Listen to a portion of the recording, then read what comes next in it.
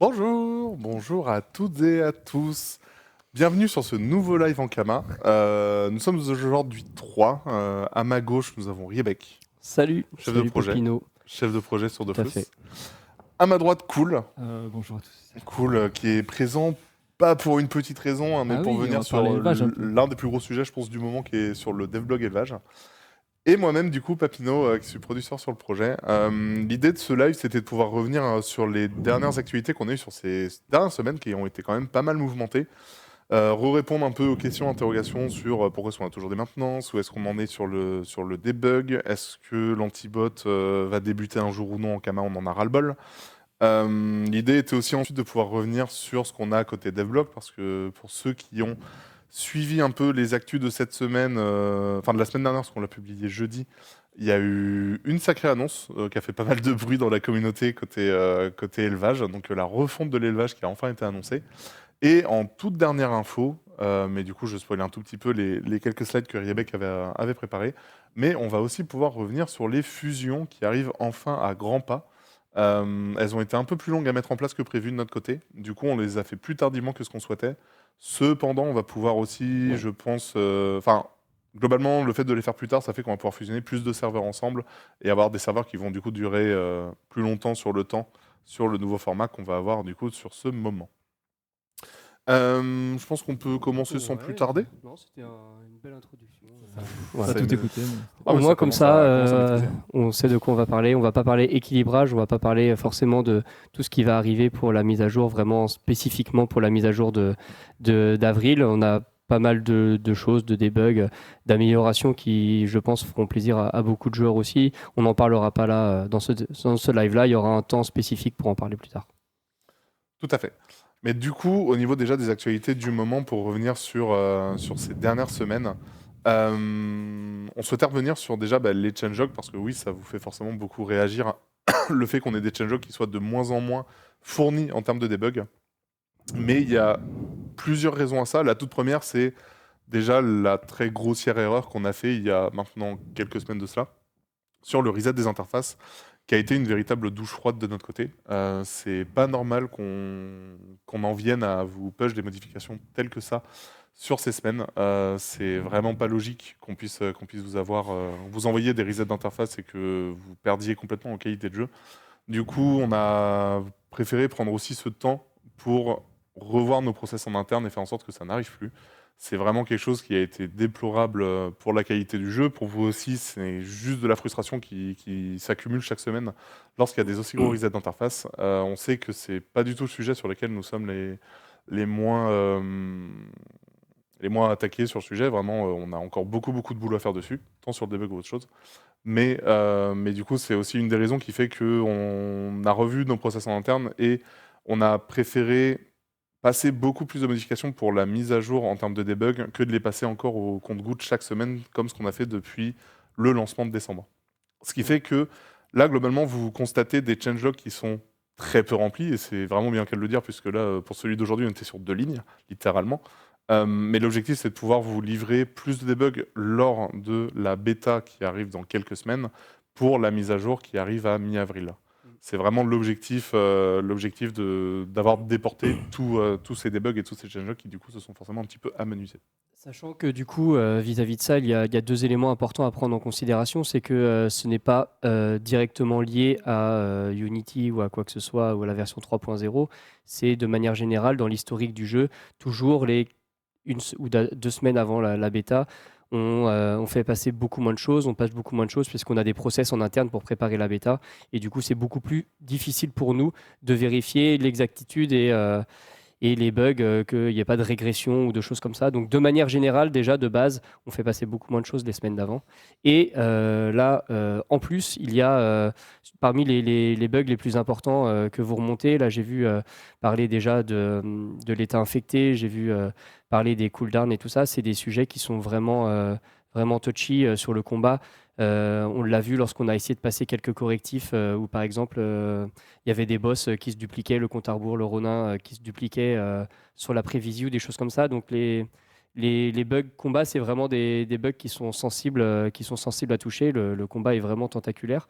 Et du coup, c'est pour ça que aussi, on préfère prendre le temps d'avoir une bêta et d'avoir des tests plus complets et exhaustifs sur les sujets plutôt que de les passer en maintenance hebdo. Et du coup, ça arrivera pour la mise à jour. C'est ça. Le deuxième sujet, forcément, mais ça c'est invisible de votre côté, c'est qu'on prépare la mise à jour de juin. Du coup, ça fait partie d'un des gros sujets où en fait on a beaucoup de nouveautés sur cette futur ajout de contenu qui vient complexifier notre prod. C'est dommage que ça soit en train d'impacter vraiment la production sur le côté des bugs, mais c'est une réalité. Et donc c'est aussi pour ça qu'on a pris ces 2 dernières semaines pour bien revoir nos process en interne et faire en sorte qu'on puisse continuer de passer des choses pour la mise à jour et ne pas être uniquement focus sur juin. C'est aussi une des raisons qu'il y a eu sur le décalage de quelques semaines que vous avez appris sur le changelog de la semaine dernière, si je ne me trompe pas. Mais du coup, voilà, c'est vraiment un ensemble de facteurs qui fait qu'on a dû décaler un tout petit peu la mise à jour. On souhaite passer plus de debug et le faire moins semaine après semaine parce que ça déstabilise complètement le projet. C'est très dommageable pour vous. Je sais que vous êtes nombreux, je pense, à avoir rage quit le jeu mardi de la semaine où on a eu le reset des interfaces, ce que je comprends complètement. Donc du coup, c'est pour ça on préfère maintenant prendre le temps quand même de bien faire les choses, de les passer sur bêta mise à jour plutôt que de continuer à vraiment tout dégommer chaque semaine. C'est pas l'objectif. L'objectif, c'est pas de rendre le jeu plus injouable que parfois il n'est actuellement sur certaines parties de celui-ci. C'est pas l'objectif. Donc du coup, voilà, c'est vraiment pour refaire ce point. C'est pas plaisant, ni pour nous, mais surtout pas pour vous. Mais ça restait quand même important de pouvoir vous faire ce point-là, qui est important. Deuxième point sur lequel je souhaitais revenir sur ce début d'année, parce que c'est quelque chose sur lequel on a souvent des retours d'inaction de notre côté et de manque de transparence. Donc du coup, c'est sur l'antibot.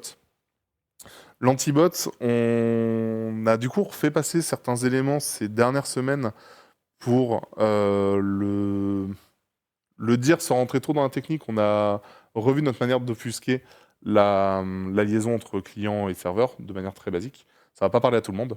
Cependant, à côté, on a aussi passé la seconde. Côté data, on a fait des premières vagues de ban cette semaine et ça va continuer à venir sur les prochaines semaines pour vous parler un petit peu chiffres parce que voilà, on joue la carte de la transparence.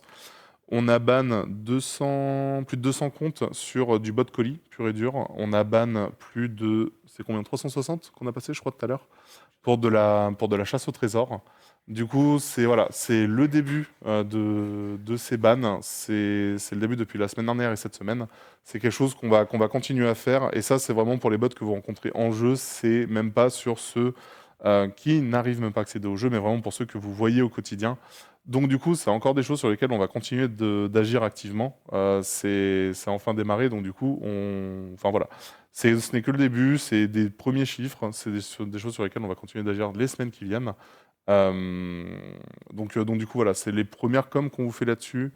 On verra pour vous tenir au courant un peu plus régulièrement, pour que vous puissiez avoir des updates et pas rester sur le fait qu'on ait banni 460 comptes sur le tout début d'année. C'est pas l'objectif. L'objectif, c'est de pouvoir continuer à lutter sur ces parties-là du jeu. On a commencé sur le colis et sur les chasses au trésor, parce que c'était les parties importantes. Il faut qu'on observe ensuite ce qui va se passer sur les autres parties de gameplay, parce qu'on sait que ce ne sont pas les seules sur lesquelles on a eu de retour de bots. Le deuxième point qui est important sur l'anti-bot ou anti-cheat, c'est que malheureusement, dans la liste qu'on a eue, surtout niveau chasse au trésor aujourd'hui par exemple, il y a pas mal de comptes joueurs qui pourraient être des comptes classiques. J'entends par là que une partie des comptes que l'on a identifiés, et là je vous parle de 150, 200 comptes quasiment, sont des joueurs qui ont dû se laisser aller vers la facilité de tricher. Ça va aussi tomber. Les joueurs qui se disent finalement là aujourd'hui j'ai fini ma session de jeu et je vais lancer un petit logiciel et je vais continuer à faire de la chasse au trésor en laissant le PC tourner, ça va sauter aussi. Donc si jamais vous êtes tenté, vous avez fait des choses de ce côté-là, vous allez prendre aussi. Je préfère vous prévenir, parce qu'on a des remontées assez régulièrement en ce moment de mais mon Dieu, pourquoi j'ai été ban, c'est pas logique, j'ai rien fait, etc. Malheureusement, souvent, si vous avez été ban sur ce genre de choses-là, c'est qu'il y a eu de la modification client ou etc. Donc, je préfère le dire parce que ce n'est pas que du ban bot bête et méchant sur du gold selling pour tous ceux qui connaissent du coup l'achat de Kama, etc. Mais c'est aussi pour le cheat en jeu et ceux qui font nimp avec leur compte. Je préfère le dire. Donc, soyez vigilants, jouez au jeu de la bonne manière. On va faire en sorte de pouvoir épurer le plus possible le jeu et faire en sorte qu'il soit toujours dans la bonne qualité de ce côté-là. Mais ça ne veut pas dire que les comptes qu'on appelle joueurs, donc qui techniquement jouent au jeu de manière lambda normalement, mais parfois se laissent aller à tricher, ne seront pas impactés par ces vagues-là. Je préfère être clair là-dessus. Fin de mon laïus sur les actualités sur les dernières semaines et l'antibot.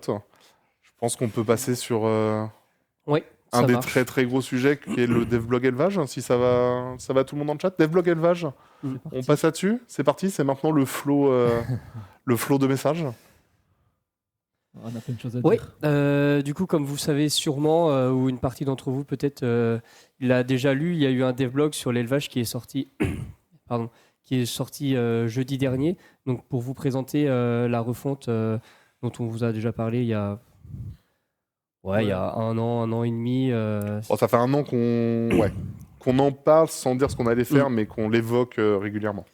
Du coup, sur le post, beaucoup de réponses, hein, on peut le dire. Ah ouais. Il y a beaucoup de C'est mon posts, week-end à lire les retours. beaucoup de posts annexes également qui ont été publiés, enfin annexes qui en dehors du devblog de base, qui ont été aussi publiés pour pouvoir partager plein de points de vue. Ça a été aussi très dense à lire, et en parallèle de ça, il y a eu un sondage dans le devblog directement pour pouvoir récupérer aussi des chiffres un peu plus quantitatifs. Donc vis-à-vis de ça, on vous fait d'abord un premier retour sur ces questions-là, sachant que comme on l'expliquait dans le devblog, ce sera en 2 parties. Donc c'était un premier devblog pour vous présenter les intentions globales de la refonte, et il y en aura un autre qui sera plus vers la fin avril, où là on vous présentera la version définitive qui aura été ajustée suite au retour et aux réflexions qu'on aura discutées. Donc là on va principalement vous présenter les premiers résultats qu'on a du sondage et puis les premiers points, principalement les plus remontés, les plus discutés, ou ceux qui nécessitent aussi des éclaircissements de notre part. On s'est rendu compte en lisant les retours qu'il y avait certains points qui n'étaient pas forcément très clairs dans ce qu'on a. Ouais, globalement, dans ce qu'on a dit, devblog, c'est pas si facile à faire sans être. Si on va trop en profondeur, ça devient digeste. Si on reste trop léger, il y a des questions qui se posent. Là, on a vu qu'il y avait des questions, certaines incompréhensions que vous avez parce qu'on a mal expliqué certains points. Aujourd'hui, on va un peu plus en discuter. C'est plus facile à l'oral, c'est plus facile en live. Tout à fait. Et du coup, bien sûr, là, on va évoquer certains points, on va vous évoquer différentes pistes de réflexion, de modification qu'on a en tête. Et par contre, il y aura une trace écrite donc dans le deuxième devlog qui arrivera en avril, où on vous listera vraiment de manière noir sur blanc donc les différentes modifications qu'il y aura pour cette refonte. Donc pour commencer, sur un point de vue chiffre, il y a environ eu 8700 réponses. On va présenter un peu plus les autres questions. Pour commencer, on va parler donc des réponses sur la satisfaction de la refonte. Il y a eu principalement sur certains sujets bien spécifiques des résultats qui ont été très clivés entre les différentes populations. On voit des grosses différences entre les personnes qui font beaucoup d'élevage, ceux qui en font à petite dose, et ceux qui n'en font pas ou qui en faisaient et qui n'en font plus actuellement. C'est notamment le cas sur la question de la reproduction, et c'est aussi le cas notamment des enclos. Ouais. Donc là, on a pris des moyennes, sachant que bien sûr, à chaque fois qu'on dit moyenne, il y a toujours des personnes dans le chat qui vous disent que c'est pas le bon chiffre. On peut regarder une médiane aussi. Je pense pas que ça sera très différent, si ce n'est que les notes seront peut-être un peu plus hautes si on prend la médiane. Grosso modo, on a certains points qui ont vraiment bien plu, en tout cas sur la refonte, ou du moins, sans parler de bien plu, qui n'ont pas déplu dans leur proposition. Donc sur la partie interface globale, sur la partie métier, ou sur ces éléments-là, on est proche de quelque chose qui probablement sera fait comme ça pour la mise à jour. Et sur d'autres sujets, donc par exemple sur les enclos, notamment sur les étables et sur le nouveau système de reproduction, donc on va en parler juste après, il y a quelques ajustements. Je ne sais pas si tu as quelque chose à ajouter. Non, je vois beaucoup de gens qui disent les gens qui ne sont pas d'accord font pas d'élevage, et forcément vous avez l'impression que les réponses qui ne vous conviennent pas sont celles des gens qui ne font pas d'élevage, mais en fait le but de cette refonte, c'est aussi d'ouvrir l'élevage à plus de gens. Donc on n'est pas là pour parler qu'aux éleveurs, on a envie de voir les retours de ceux qui ne font pas d'élevage aussi, pour voir ce qui pourrait les intéresser. Donc c'est aussi un mix de tout. Le but, c'est pas de vous faire tout perdre, le but c'est de faire une refonte, de repartir sur des bases un peu plus saines et de rendre la feature intéressante, mais pour ça on a forcément quelques décisions drastiques à prendre, et on essaie de faire au mieux pour pas... Sachant que là-dessus on peut même revenir sur la démarche qu'on a eue en interne, mais en fait la refonte élevage, ça fait maintenant pas mal de semaines que Cool bosse dessus, et qu'on a même consulté des gens de la communauté directement, sans les citer. Mais déjà, merci à vous tous qui avez participé à nos réflexions.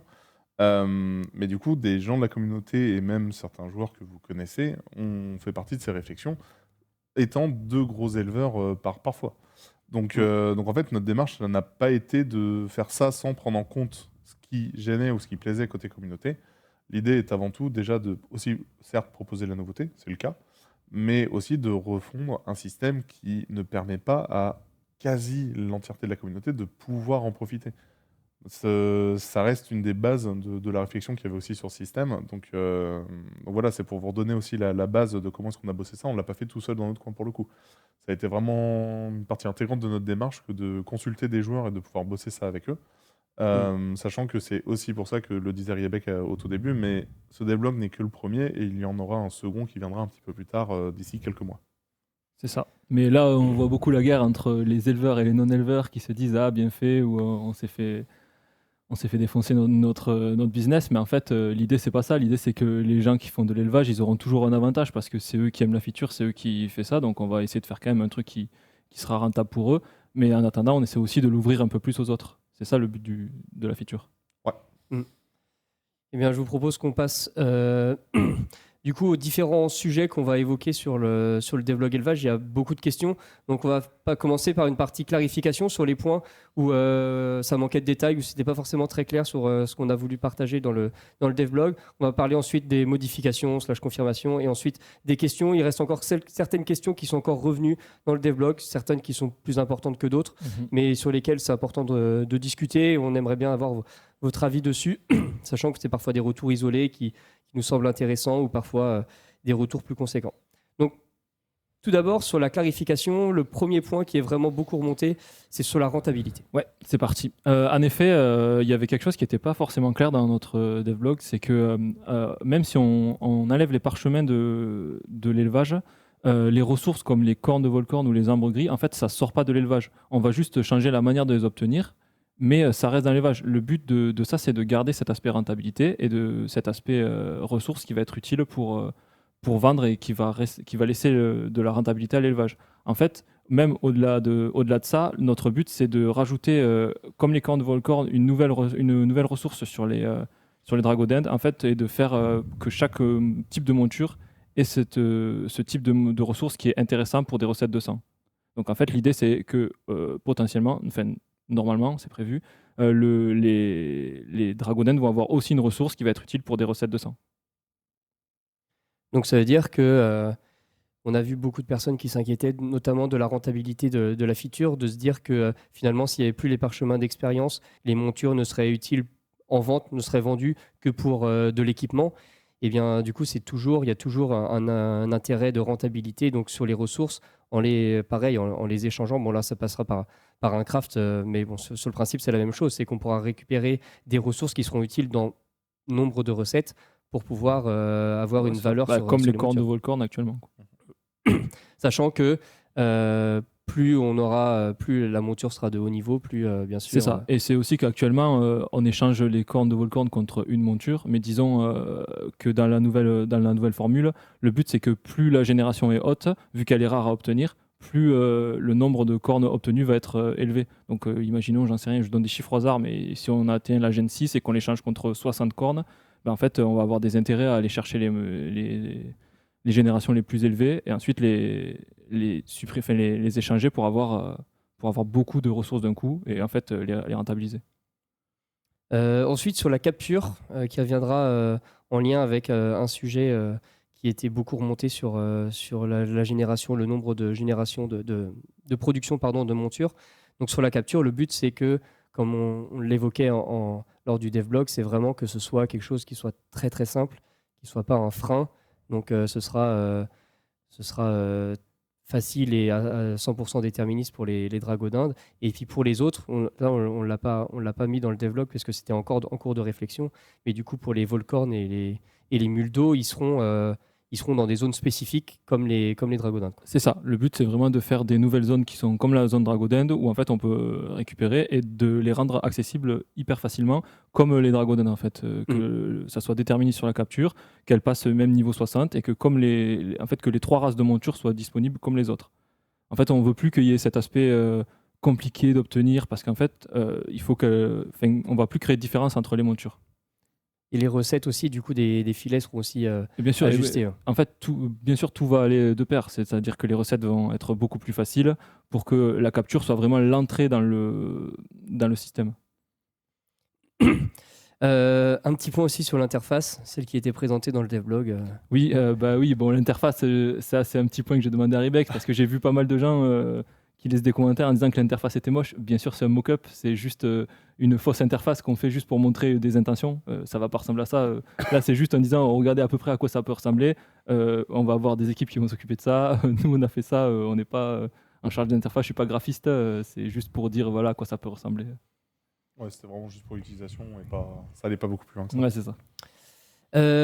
Ensuite, il y a un point qui est pas mal revenu sur ce que certains appellent le sel de la feature. Oui. C'est une expression qu'on a vu beaucoup repasser sur ce qu'on a appelé un peu le pari / la certitude d'avoir une génération suivante lors d'un accouplement. C'est ça. En fait, on a noté, et à raison sûrement, que les gens aiment bien l'aspect aléatoire. Au moment d'obtenir leur bébé de monture, ils sont en mode « Ah ok, qu'est-ce que j'ai obtenu ?» Ils aiment bien ce feeling. Et en fait, ils nous ont reproché d'avoir rendu la chose déterministe, de pouvoir monter à 100%, ce qui fait que si on monte à 100%, on n'a plus cet aspect aléatoire. Mais il faut savoir une chose, c'est que on n'a pas donné de chiffres et de valeurs et de durée, mais dans l'idée, c'est que le fait d'avoir une reproduction à 100%, ça va prendre du temps. Et en fait, si jamais vous voulez optimiser votre reproduction, il sera plus rentable de faire des repros à 30 ou à 50%, puisque ce sera la manière la plus rapide parce que ça prendra beaucoup plus de temps d'aller jusqu'à 200. Donc en fait, soit vous jouez avec l'aléatoire et en fait en faisant des repros à 50%, vous avez toujours cet aspect un peu pari de est-ce que je vais avoir celle qu'il faut ou est-ce que je vais pas avoir. Par contre, vous pouvez aussi attendre et avoir un peu comme un petit timer. En gros, au bout d'un moment, vous êtes sûr d'avoir votre Dragodent si vous n'avez pas envie d'attendre, si vous n'avez pas envie de gamble. Oui, puisque pour obtenir des pourcentages, il faut faire monter les jauges, c'est ça. Les jauges de la monture. Donc ça va demander un certain temps à la monture en enclos pour pouvoir atteindre ces. Vous n'êtes pas obligé de monter les jauges, mais si vous le montez, vous êtes sûr. Mais en fait, ça sera plus rentable de ne pas les monter. Par contre, il y aura l'aspect aléatoire. Ensuite, sur les succès, le sujet est beaucoup revenu aussi de savoir ce qu'allaient devenir les succès. Donc sur ce point-là, on peut déjà dire que les succès qui ont été débloqués, donc que pour les différentes générations, ne seront pas supprimés ou retirés. Ils seront pas. Si vous avez déjà fait ces succès-là, on ne vous demandera pas de les refaire. Les seuls qui seront peut-être supprimés, c'est ceux qui seront plus d'actualité, comme par exemple sur la castration. On n'est pas sûr qu'on gardera la castration, donc peut-être que le succès de castration, en effet, il disparaîtra. Mais on n'imposera pas aux joueurs de refaire les différents succès des différentes générations. C'est ça, tous les succès qui vont être gardés ne vont pas être repartis de zéro. Si jamais il y en a des nouveaux, ils seront différents de ceux qui actuellement. Sachant que pour l'instant, c'est encore en réflexion de savoir s'il y en aura des nouveaux ou pas. Peut-être qu'il y en aura certains sur la capture, parce que la capture sera peut-être plus mise en avant. Mais pour l'instant, il n'y a rien de défini. Mais en tout cas, ils ne seront pas perdus, ceux que vous avez déjà. C'est ça. C'était vraiment un développement d'intention. Donc, il y a des sujets qu'on a un peu moins push que d'autres. On sait que le succès, ça va être un des chantiers. Mais pour l'instant, c'est là où on a un peu le moins d'infos.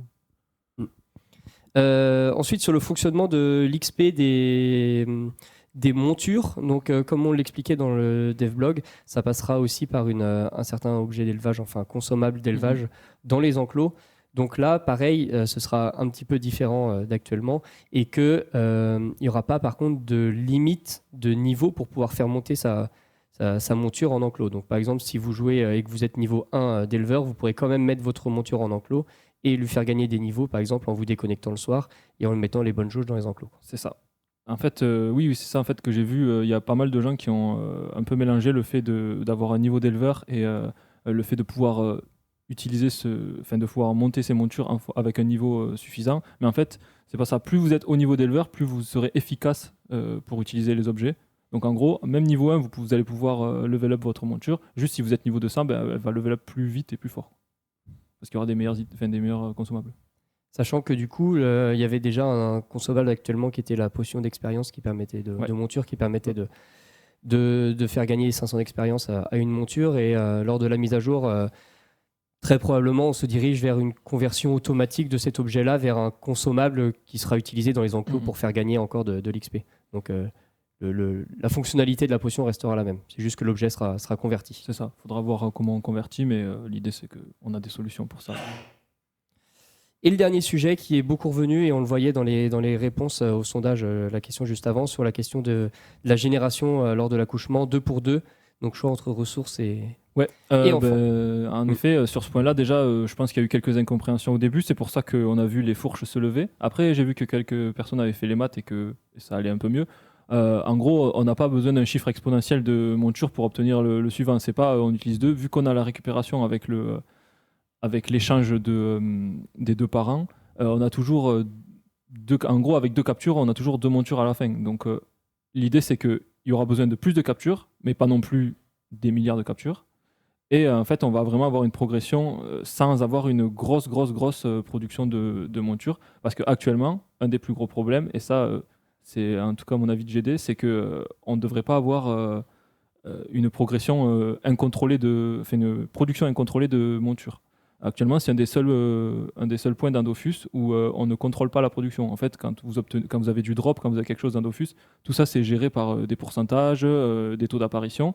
Les Dragonend, vous les capturez une seule fois. Après, à partir de là, c'est libre en fonction de trucs. Et ça, pour le coup, ça augmente de plus en plus. Ce qui fait qu'il faut beaucoup de choses à échanger pour les rendre intéressantes.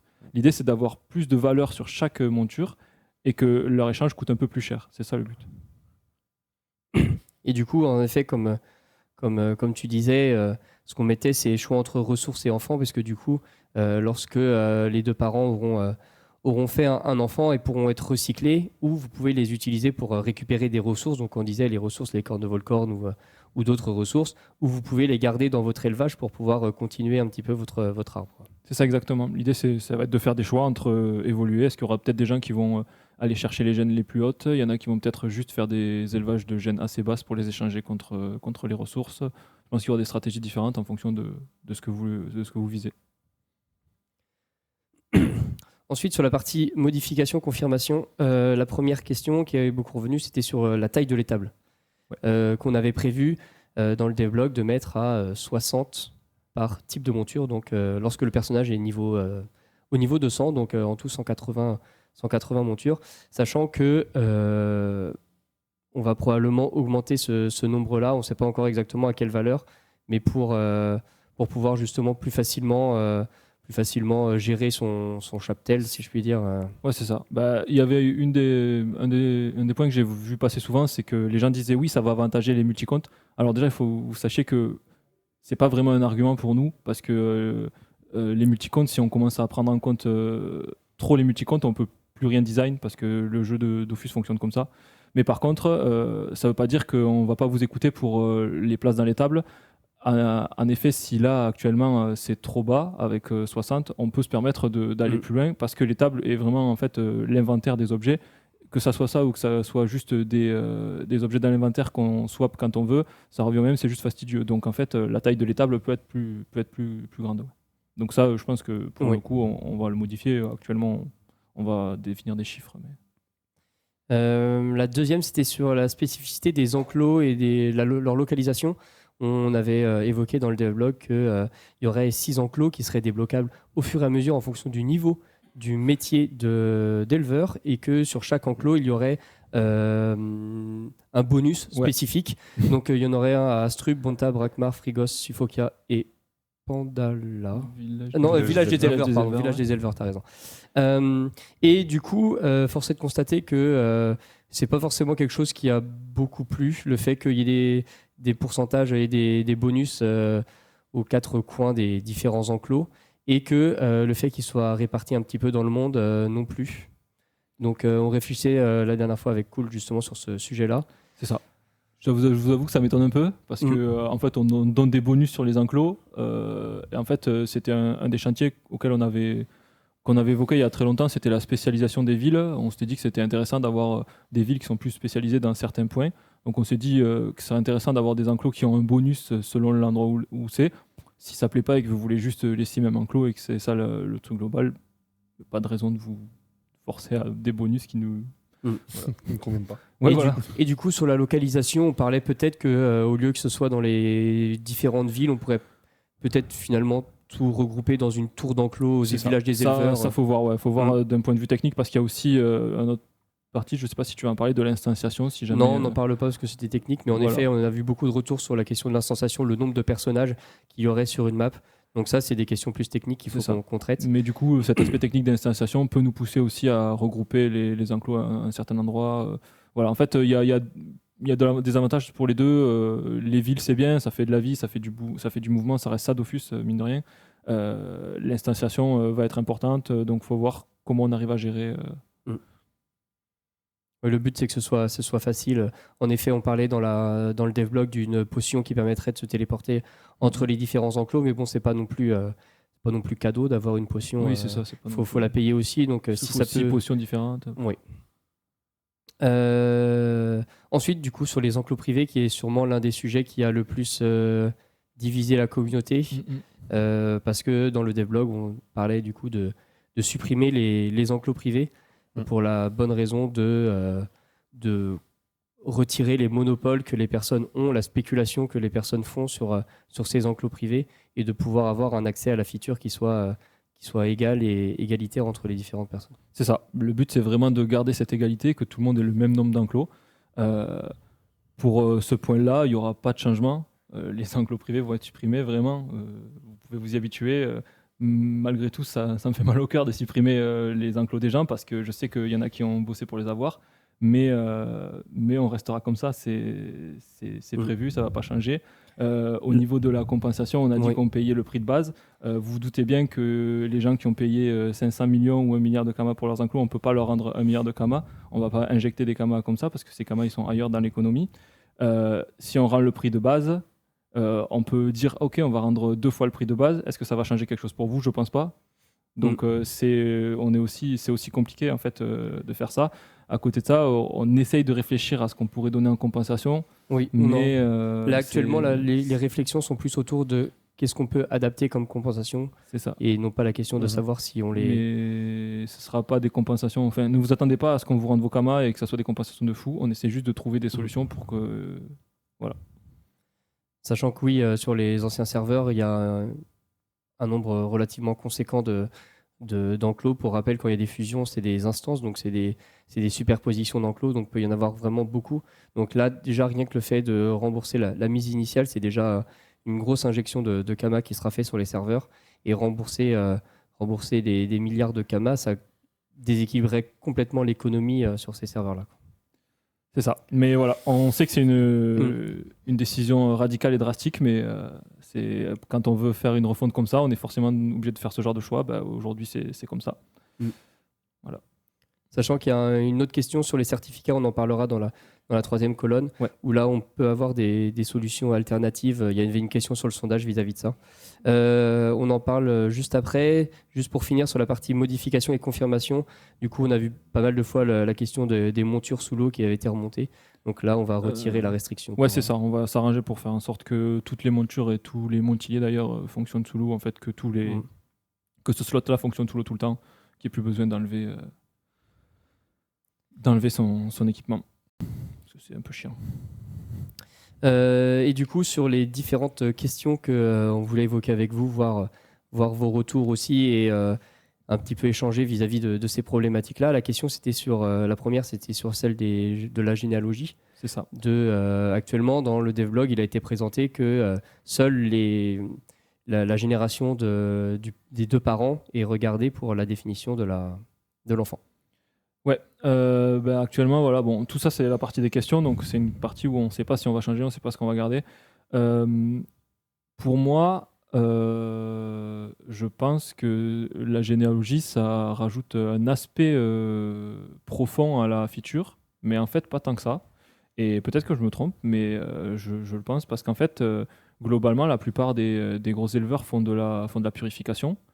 Et tout ça pour à la fin bypass la généalogie et au final ils subissent l'aléatoire jusqu'à ce qu'ils puissent l'éviter. À côté de ça, je suis pas en mode on va le supprimer à tout prix. Moi, je pense que si le but c'est de tout purifier à la fin, c'est que c'est pas si utile que ça. Mais à côté de ça, si on peut trouver des compromis, peut-être garder les parents au moins, ou garder au moins le début de la lignée, peut-être pas si longue, mais ça on peut en discuter, ouais. Oui, là quand on parle de purification, c'est généralement sur les gènes 10, où une fois que tu es à la gène 10, c'est là que tu commences à purifier, et c'est là que tu n'as plus aucune aléatoire. En fait, c'est ça. La question sur la généalogie, c'est juste que à partir du moment où le système et le gameplay fait que jouer de manière opti fait que tu ignores la généalogie, c'est qu'en fait, est-ce qu'elle est réellement intéressante sur le jeu? Ensuite, si en effet c'est une partie du grain de sel ou du fun qu'on a sur l'élevage et qu'il ait besoin d'être représent sur peut-être les parents, grands-parents, un truc comme ça, à voir si on le garde, comme disait Cool, pas du tout fermé à cette idée, c'est plus que sur le constat qu'on en faisait de prime abord. Actuellement, tout est mis en œuvre pour essayer de bypass cette mécanique-là. Donc par contre, comme on dit, on en reste ouvert à pouvoir la réintroduire si jamais c'est ça. vraiment C'est pas des parce points sur lesquels, que c'est vous pas une êtes vraiment volonté attaché. de tout supprimer pour supprimer, c'est juste que globalement, si le but c'est de l'éviter, cet aspect du système, bah, c'est que c'est pas non plus le truc le plus utile. Et même si c'est cool et que ça rend bien et qu'on dirait que ça ajoute de la profondeur, c'est pas forcément le cas des fois. Juste ça ajoute de l'aléatoire. Et cet aléatoire, au final, il va peut-être être récupéré sur les capacités spéciales à la place, puisque les capacités spéciales vont sûrement avoir un peu plus d'ampleur s'il y en a, ou qui permettent par exemple d'augmenter le nombre de bébés ou de choses comme ça. Voilà pour la généalogie.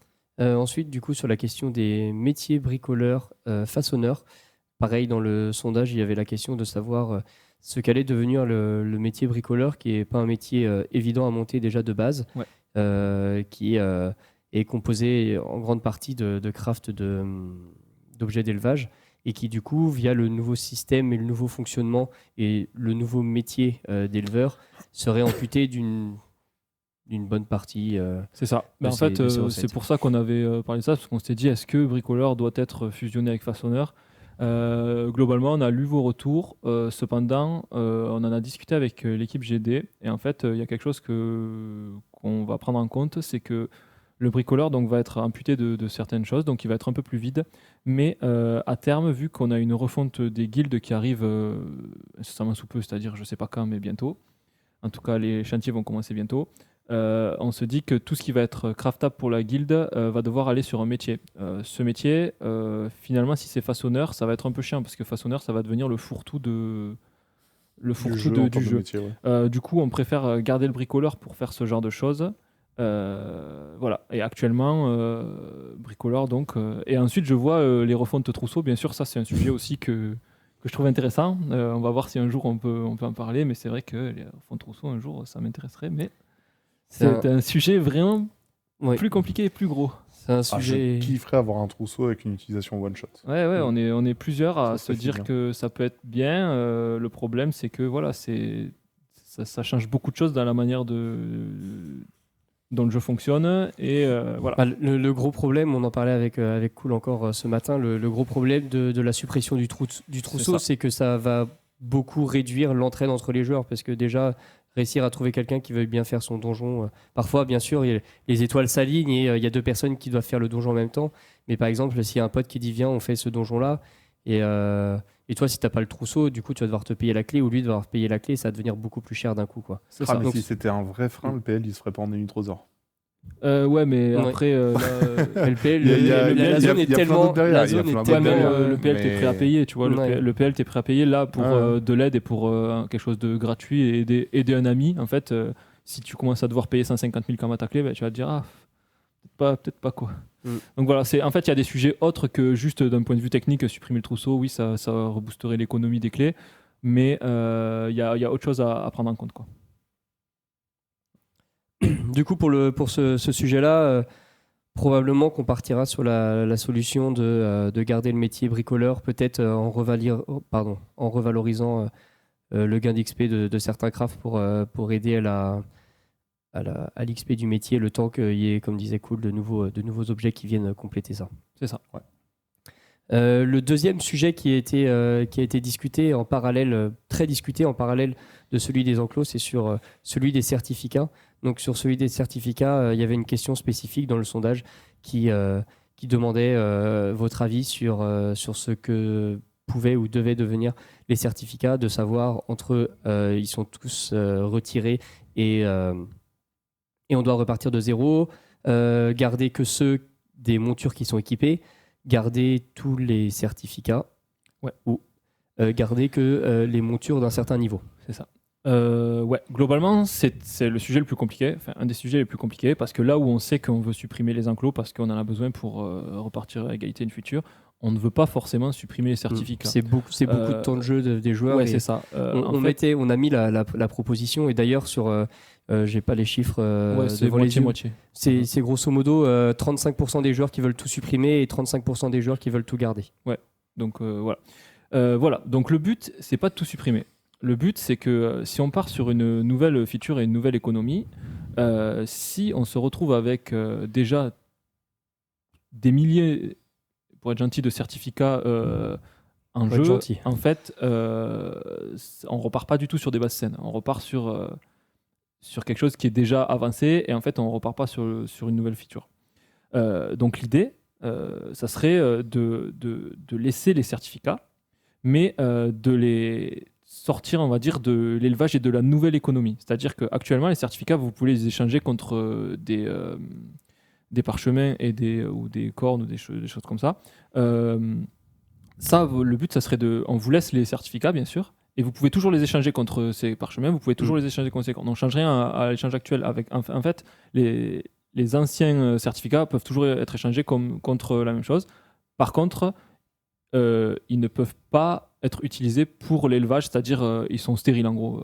Ce ne serait pas stérile à proprement dit, mais ils ne peuvent pas être utilisés pour l'élevage, et ils sont toujours équipables.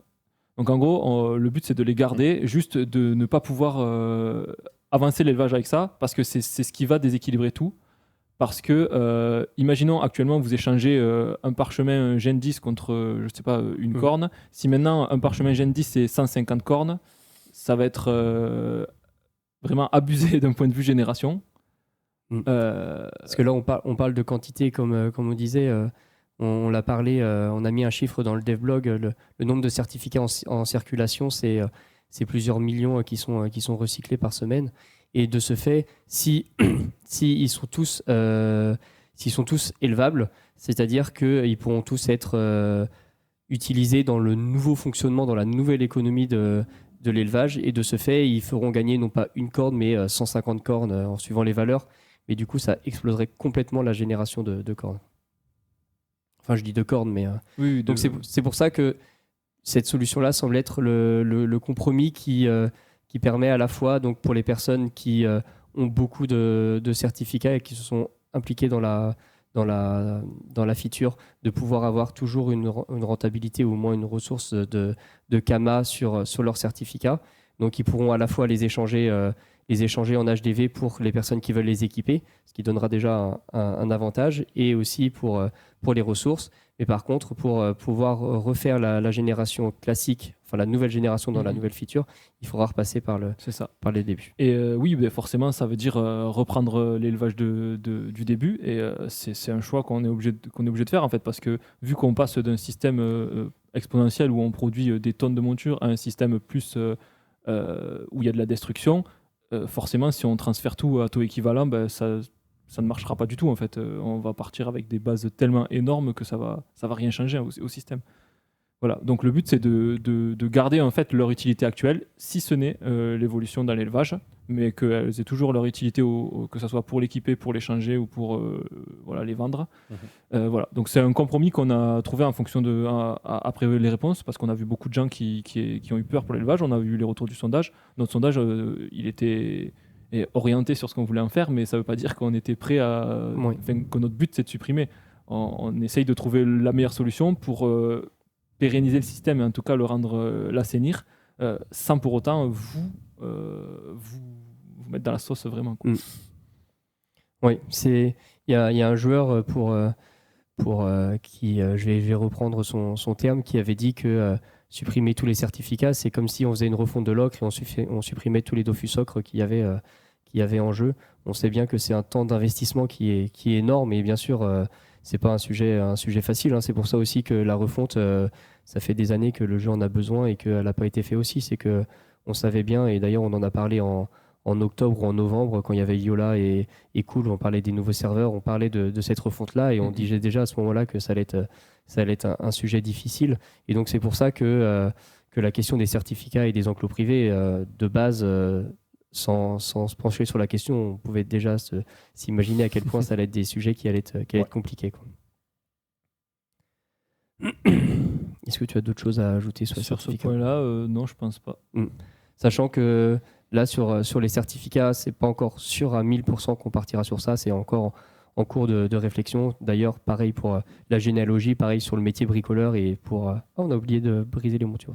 Pardon. Ouais. Et pareil sur les certificats, c'est encore des éléments sur lesquels on est en train de réfléchir pour essayer, comme disait Cool tout à l'heure, d'essayer de donner un intérêt aux nouveaux joueurs aux nouveaux joueurs, aux personnes qui ne font pas l'élevage ou qui ont abandonné aussi. On a eu beaucoup de retours de personnes qui ont abandonné l'élevage. Donc de trouver un intérêt et de pas juste je recommence l'élevage, mais en fait il y a 3-4 milliards de cornes en circulation et du coup il va falloir peut-être 10 ans un serveur pour pouvoir tanker ça, quoi. Et d'ailleurs ça a été la question, c'est la question qu'il y avait lors de la... Je vais faire un parallèle assez rapidement, mais la question qu'il y a eu lors de la refonte des succès et des idoles, où il y avait beaucoup de personnes qui justement nous demandaient ou suggéraient ou proposaient de supprimer toutes les ressources de boss qui étaient en circulation pour pouvoir repartir sur une économie saine de base. Donc là, pareil, le nombre de ressources de boss, c'est un investissement qui est très conséquent. Et à l'époque, on avait fait le choix de ne pas les supprimer pour reprendre l'expression de certains, pour pas donner un coup de couteau dans le dos aux joueurs qui ont investi tout ce temps-là. Et du coup, l'économie met un peu de temps à encaisser ou à reprendre toutes ces ressources qui ont été générées, quoi. Là, on le voit, on a des dashboards, des datas au quotidien qui nous permettent de voir un petit peu la génération et la destruction de ressources de boss. Les anciens serveurs, les serveurs historiques, ils consomment au fur et à mesure, ils consomment toutes ces ressources qui ont été générées, mais du coup, ça prend du temps. C'est ça. Tu voulais parler du brisage des montures, du coup ? Ouais, rapidement sur le brisage des montures, le fait est qu'actuellement elles ne sont pas brisables. Elles ne sont pas brisables parce que c'est des montures, mais que maintenant, si on change avec le nouveau système et qu'elles passent sous format d'objets comme les montiers et les familiers, il n'y a pas de raison qu'elles ne soient pas brisables, donc elles seront brisables comme les autres pour obtenir les runes liées en fonction de leur stats, quoi. Voilà. Donc là, pareil, c'est en réflexion de savoir, justement, toujours dans cette question de rentabilité, parce qu'on a vu que beaucoup de personnes... Justement, après, on n'avait pas parlé des ressources, mais beaucoup de personnes se posaient la question de la rentabilité de la feature. Et donc, le brisage pourrait être une autre source de revenus, donc des montures pour pouvoir se faire des kamas. Donc là, pareil, c'est encore en réflexion. Pardon. Pareil, là, c'est encore en réflexion, il n'y a rien de défini, mais c'est une des pistes aussi de rajouter une autre source de kamas aux éleveurs. C'est ça. Et le dernier point, c'est sur l'expérience métier de base. On a vu beaucoup de fois le retour de savoir sur le nouveau métier éleveur si les éleveurs actuels allaient repartir de zéro ou pas. C'est ça. C'est là où on a des possibilités, c'est là où on se pose des questions. On sait que pour compenser les éleveurs actuels, ça peut être une solution, c'est de leur donner de l'avance sur le niveau du métier, qui en fait ne va pas déséquilibrer, va juste leur permettre d'être efficaces et d'atteindre sûrement un peu plus vite les premières gènes pendant le rush. Mais voilà, pour le coup, c'est les éleveurs actuels qui douillent le plus avec cette refonte. Il n'y a pas à le cacher. Donc si jamais on peut au moins les compenser un peu, on essaie d'approfondir cette piste en tout cas. Sachant que du coup, ce métier-là, ça donnerait un avantage pour les personnes qui auraient une avance si avance il y a. Mais comme on disait, il y a déjà des ressources relativement conséquentes qui sont en circulation sur ces ressources bien spécifiques sur les serveurs. Donc disons que l'économie si je puis dire, pourrait tanker le temps que plus de personnes atteignent le niveau 200 sur l'élevage. Donc là, pareil, c'est aussi une possibilité de dédommagement ou de compensation, comme on disait.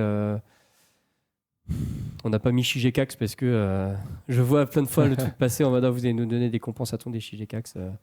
Non, le but c'est d'essayer de vous donner des choses qui soient réalistes et possibles pour un serveur, mais qui soient aussi intéressantes et à juste, du moins le mieux qu'on puisse faire par rapport à la perte de valeur. Est-ce que vous avez d'autres retours sur ça ou pas? Non. C'est la fin du sujet élevage? Normalement, c'est la fin du sujet élevage. Ouais. La fin du sujet, après, oui, mais est-ce qu'il y a des points qui ont été abordés, qui ont été abordés, qui n'ont pas été suffisamment clairs? Est-ce qu'il y a des points de contention sur lesquels il faut qu'on revienne? Parce que ça reste un très gros sujet. C'est une refonte qui touche à un système historique, on va dire, du jeu. Et c'est pas parce que ça fait 20 ans qu'il n'a pas changé que c'était un bon système, on va pas se mentir. Si ensuite, côté chat, viewer, vous estimez qu'il faut qu'on passe à la suite, on passe à la suite. Hein. Y a pas de souci. Si moi je voulais revenir sur un point que j'ai vu passer beaucoup, il y a beaucoup de gens qui disent vous faites ça 3 mois après la sortie des serveurs, mais n'oubliez pas que déjà c'est dans 6 mois, donc ce sera presque 1 an après la sortie du serveur. C'est un chantier qui prend du temps, ça veut dire qu'on aurait dû le commencer il y a vraiment longtemps, et au début du serveur, on avait vraiment d'autres chantiers. Là, on ne peut pas s'empêcher de faire des chantiers juste parce que ça tombe 1 an après le début du serveur. C'est bon, je vois globalement ça demande de passer à la suite. Yes. On reprendra, de toute façon, il y aura sûrement un temps de questions-réponses à la fin. On pourra reprendre certaines questions. Je vois qu'il y a déjà beaucoup de personnes qui sont passées à la suite. On fait le dernier sujet des fusions et puis ensuite on passe au reste. Si ça va à tout le monde. Allez. Les fusions. Bah, je te laisse enchaîner. Ok. Et bien, du coup, sur les fusions, on va parler fusion des serveurs pionniers. Comme vous savez, on en a beaucoup. On en a ouvert beaucoup. Et on a un certain nombre de serveurs. Alors, il y en a certains qui sont vraiment très peuplés, d'autres qui sont très peu peuplés. C'est très inégal entre les serveurs. Et il était temps de faire une fusion. Pourquoi on l'a fait aussi tard? Parce qu'on a eu... à cause des certificats, notamment. À cause des certificats, oui. C'est, généralement, il y a 2-3 trucs qui sont vraiment galères à fusionner à chaque fois. Et les certificats en font partie. Et du coup, on a dû faire pas mal de corrections sur notre outil de fusion pour pouvoir fusionner ça. Mais là, normalement, tout est bon pour pouvoir faire les fusions. Donc, elles arriveront en 2 temps. La première, ce sera le 11 mars, donc dans... Ah oui, bientôt. Une semaine, oui, c'est mardi prochain. Mardi prochain, où il y aura une fusion des serveurs multi-comptes. Donc, ça deviendra 3 serveurs. Rafale qui aura du coup Rafale 1-2, Mikal 1-2. Brial qui aura Brial 1 et 2. Et Salar qui aura Salar 1-2 et Courial 1 et 2. Donc, ce sera les 3 serveurs qui seront multi, qui seront ouverts à tous. Et la fusion se fera donc mardi prochain avec une ouverture en décalé. Donc, les serveurs qui ne seront pas fusionnés, eux, ouvriront plus tôt. Et ces 3 nouveaux serveurs, donc Rafale, Brial et Salar, ouvriront un peu plus tard quand la fusion sera terminée. C'est ça. Et vu que là, je commence à voir que ça panique pour les monocomptes. Oui, pardon, monocompte. Direct la semaine d'après. Donc, ce sera les serveurs monocompte le 18 mars. Donc là, pareil, sur 3 serveurs.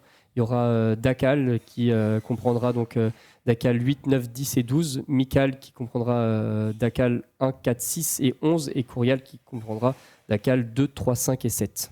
Sachant qu'il y aura une news en fin de semaine. Normalement, c'est jeudi si tout va bien. Une news qui récapitulera tout ça, qui vous rappellera aussi toutes les règles qui sont liées aux fusions. Donc, que ce soit le renommage, les HDV, les certificats. Enfin, il y a toujours un certain nombre de sujets et de questions à traiter lors des fusions. Donc, vous pourrez retrouver dans la news qui sera publiée jeudi l'ensemble des détails. Et alors, si vous avez encore des questions... Je sais que ça peut porter à confusion, mais non, c'est pas une fusion de... Il y a des monos qui vont vers du multi, c'est pas du tout ça.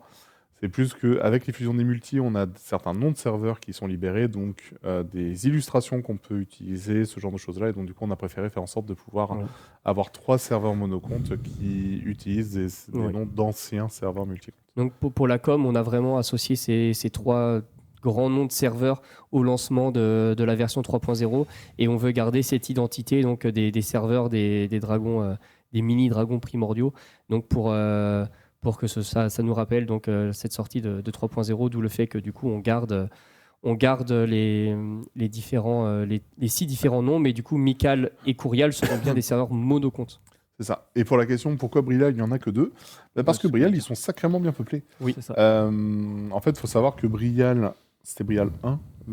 Arrête-moi, Riebeck, si je dis une bêtise. Mais c'était Brial 1 était top population pendant un long moment, et c'est toujours le cas actuellement. Il y a toujours énormément de joueurs sur ces 2 serveurs-là. Donc, ce sont 2 serveurs qui, rapatriés en un seul, vont faire un serveur plus que complet globalement. C'est pour ça que sur les autres, on a plus de fusion entre 3 et 4 serveurs à chaque fois. C'est parce que les autres nous laissent l'opportunité de pouvoir en fusionner plus ensemble.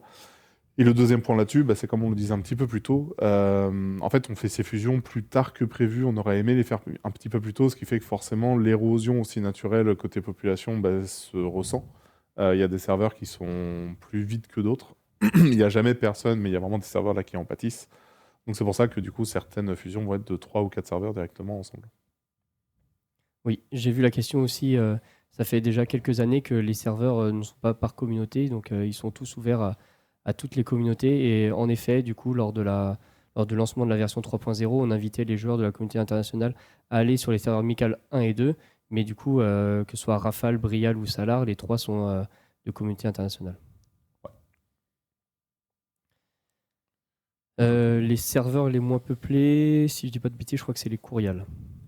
Pour une raison que j'ignore. Je ne sais pas pourquoi, le hasard des transferts. Ou parfois, on voit, par exemple, sur certains DACAL que c'était beaucoup lié aux influenceurs, aux streamers qui étaient sur les différents serveurs.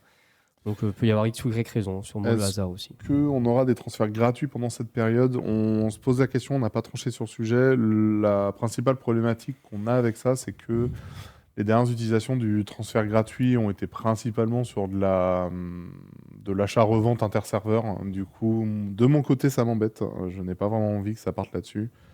Mais encore une fois, on n'a pas tranché vraiment sur la question. On se l'est posé dernièrement. Faut qu'on voit. Mais je vois que là, on est principalement sur du non en termes de réponse. Donc ouais. Aucun intérêt. Je rejoins un petit peu cette conclusion, mais je comprends la question, parce que certains attendaient la fusion pour se dire je vais être fusionné avec le bon serveur comme il faut par rapport à certaines connaissances, guildes ou autres. Mais bon, vu que je vois que tout le monde est sur un non, voire parfois pitié monsieur non, peut-être qu'on va pas le faire en effet. La question aussi de la population sur les serveurs historiques, il faut savoir que du coup, ils reprennent petit à petit un peu de population, donc il n'est pas prévu de les fusionner ou quoi, ils font leur vie, ça tourne bien pour eux. Mhm. Voilà. Je ne sais pas s'il y a d'autres questions sur la fusion. Sinon, on passe directement à la partie questions-réponses. Pourquoi pas un seul serveur mono? Parce qu'en fait, si là, on fusionnait tous les serveurs monocomptes en un seul, ça exploserait. On serait sur 3 fois à peu près la capacité qu'un serveur a à tenir. Donc, je l'ai déjà vu là dans le chat, je pense que tout le monde l'a vu, mais directement, dès qu'on a parlé fusion, surtout sur les monocomptes, ça a été, premier mot, rip les archis.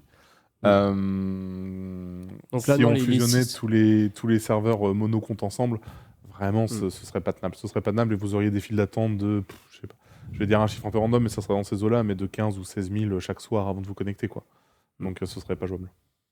Là, les 6 serveurs auront des populations qui seront vraiment très très proches les unes des autres.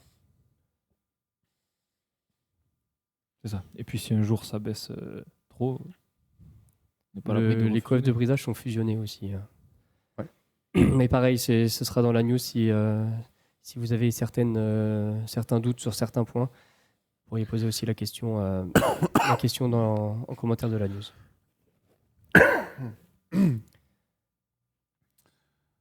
Je vois pas trop d'autres fusions à venir. Du coup, idéalement, ces fusions sont là pour tenir le plus longtemps. Si jamais, en effet, niveau population, on voit que Dakal, Salar, etc., par la suite, où les serveurs multi commencent à baisser en population et que des fusions sont nécessaires, on les fera bien entendu.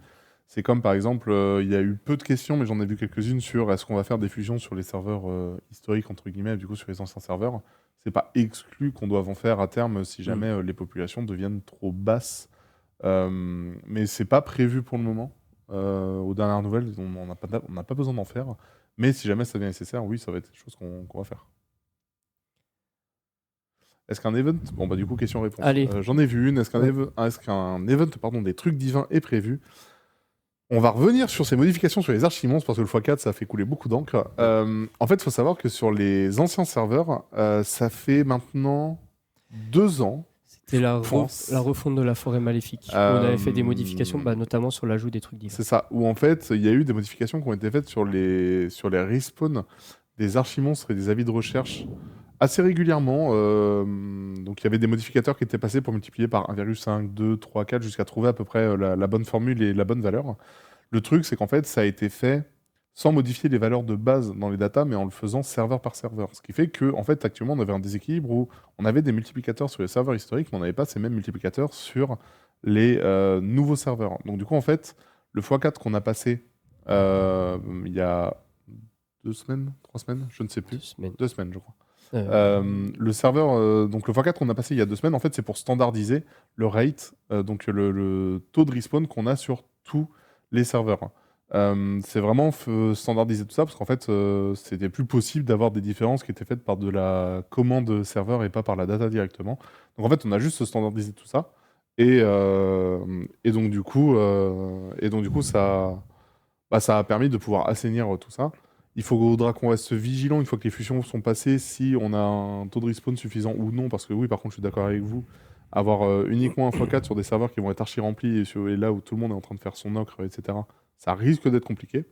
Donc si c'est nécessaire, on va en repasser. Mais donc voilà, globalement là-dessus. Au niveau de l'event galet, ça, il y aurait des chiffres que je pourrais vous donner qui sont intéressants. En fait, on a fait pas mal d'études data là-dessus. Qui sont sur l'évolution du prix moyen de certaines ressources, et les galets forcément en faisaient partie, parce qu'à partir du moment où on a fait l'event, on voulait absolument des datas sur l'évolution du prix moyen.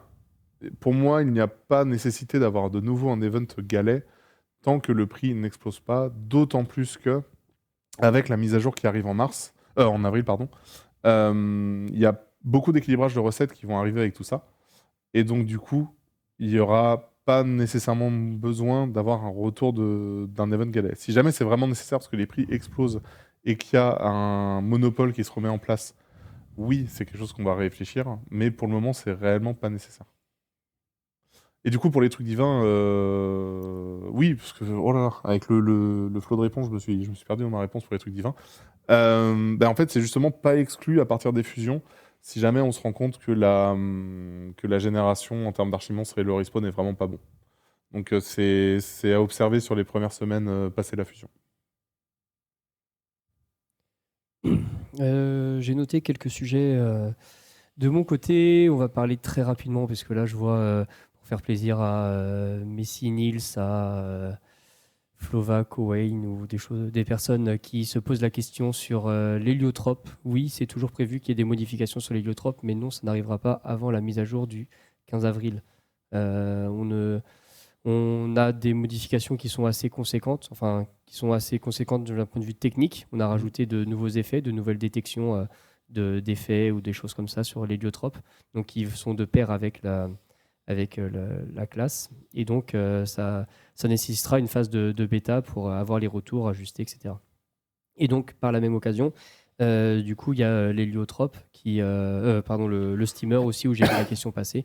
Donc là, pareil, il y a des modifications sur les classes qui arriveront, mais qui arriveront aussi durant la bêta avec la mage. Il y a une modif où ça, il faut qu'on voit si on peut la replanifier plus tôt. C'est sur les bugs d'affichage sur l'état infecté.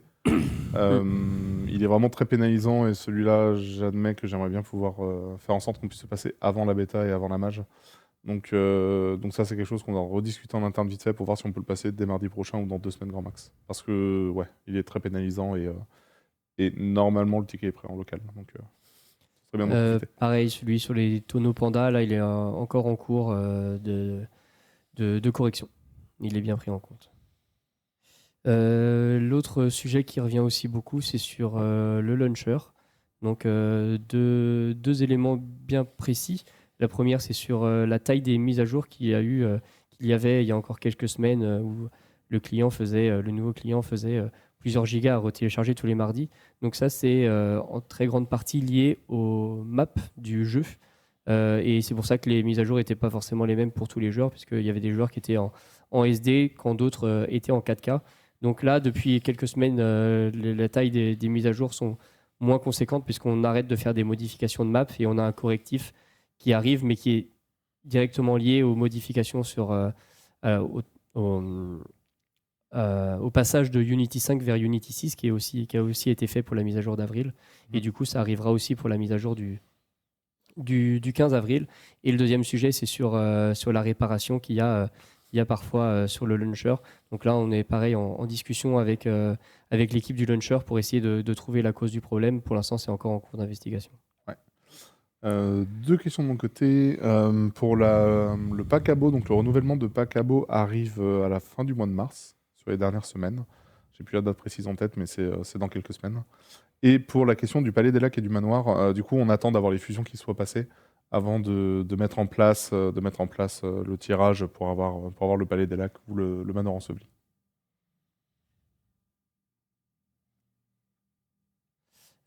Concernant les fuites mémoire et sur les questions de performance, on a aussi fait un gros focus sur la mise à jour d'avril pour améliorer les performances. Donc il y a plusieurs interfaces qui ont été refaites et plusieurs modifications qui ont été faites pour améliorer ça, en plus du passage de Unity 5 à Unity 6. Donc il y a des améliorations qui arriveront pour la mise à jour. Je préfère débunker tout de suite. C'est pas pour ça que le client prendra 200 émo sur sa RAM non plus. Fin des maintenances hebdomadaires. Là, c'est possible que dans les prochaines semaines, il y en ait moins, du moins pendant la bêta. En fait, on fait des maintenances hebdomadaires pour passer des correctifs. Par exemple, aujourd'hui, on a fait un redémarrage pour pouvoir appliquer le correctif sur les montures invisibles. Donc, c'était un correctif qui nous semblait assez important pour pouvoir justifier un redémarrage. Donc là, jusqu'au 15 avril, tous les mardis, on discute entre nous pour savoir si les correctifs qui arrivent et qui sont prêts nécessitent un redémarrage serveur ou non. Donc certains correctifs, ceux qui sont uniquement clients, peuvent être faits sans redémarrage, donc juste avec un nouveau client qui est publié. Mais certains, notamment le travail des GD et certains bugs ou correctifs qui sont serveurs, nécessitent un redémarrage. Donc l'action, c'est on peut faire des mardis sans maintenance, mais parfois on les fait quand même pour pouvoir passer certains correctifs qui sont vraiment importants. Est-ce que toi, tu es au courant de votre mage élevage? Oui, par contre, le détail, ça m'étonnerait qu'il ait tout en tête, mais oui, il est bien au courant de ce qui se passe sur l'année. Faut savoir que globalement, ce qu'on fait sur l'année, c'est toujours vu, revu, validé avec la direction de ce côté-là. Et du coup, je vois que ça enchaînait sur mais à quand la dimension divine? La dimension divine arrivera un petit peu avant cet été, si on est toujours bon niveau planning. Pour l'élevage, je le rappelle que ça, c'est une mise à jour qui arrivera en septembre, qui sera accompagnée d'autres sujets. Et juste en dessous, je voyais un mais mon Dieu, travailler sur les guildes. Ben, les guildes, ça arrive pour la fin d'année.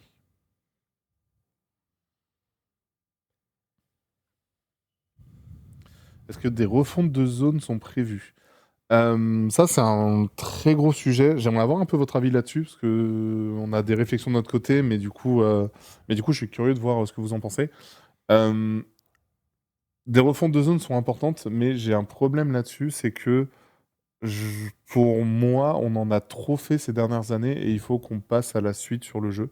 Et je préfère focus de la nouveauté en termes de gameplay et de zone et d'aller explorer de nouvelles choses que de retourner vous refaire une refonte d'Amakna, une refonte des Koalak, une refonte d'Otomai. Et en fait, Je suis d'accord. des refontes, le problème c'est qu'à partir du moment où on aura terminé les premières refontes, on va se retrouver à se dire mince, mais la refonte qu'on a fait il y a 12 ans, finalement, maintenant elle est nulle, il faut faire une refonte de refonte. Et le problème, c'est que ce n'est pas niveau, quoi. Donc généralement, c'est Ouais. torché. Donc, Je me souviens, faire rapidement. Et, on avait fait les Gobelins il y a 2 ans avec un nouveau donjon, tout ça. C'était une zone 40. Les joueurs sont arrivés et ils ont fait 15 minutes, c'était fini. C'est ça. Donc du coup, je comprends l'envie d'avoir le jeu le plus canon sur toutes ces parties et faire en sorte qu'on profite des nouvelles possibilités d'Unity en termes d'animation, etc. Par exemple, sur tous les anciens mobs. Il y a des monstres qui sont pas revus depuis très très longtemps. Enfin, je parlais d'Automai par exemple, je pense que c'est une des plus vieilles zones actuellement sur le jeu. Mais de mon côté, et pour la production, et en tant que joueur, j'ai qu'une envie, c'est de passer à la suite en fait sur le projet et de pouvoir explorer des nouvelles zones et de pouvoir explorer réellement que de la nouveauté en fait. J'avoue, c'est ce qui moi me donne un peu plus envie. Donc c'est pour ça que je suis curieux d'un peu d'avoir vos retours là-dessus.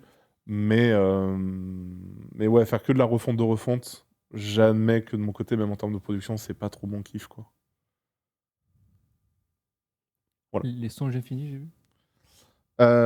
Songe Infini, pareil, il y a un devblog qui arrive. Oui, ce sera vers le 8 avril.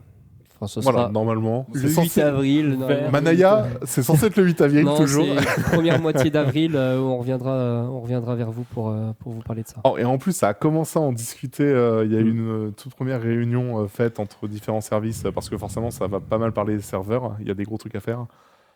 Les débuts donnent très très envie. Donnent très très envie pour la suite. Et là, pareil, c'est un exercice qu'on a fait sur l'élevage. Les PSI, je suis là encore très volontaire à faire en sorte qu'on puisse échanger avec des membres de la communauté pour faire en sorte que ce ne soit pas une mise à jour que l'on fasse seul dans notre coin. Les PSI, c'est farmer, surfarmer, surfarmer, ce que j'ai vu un OMG de Volca qui m'a fait rire. Mais du coup, il y a des joueurs qui sont très très experts de cette feature, qui ont des attentes, qui ont potentiellement déjà aussi posé des refontes depuis un long moment. PSI, c'est les songes infinis, pardon. Ouais, PSI, c'est les songes infinis. Je me souviens d'un très beau carton avec un message qui était facile à comprendre lors de l'Ankama Convention.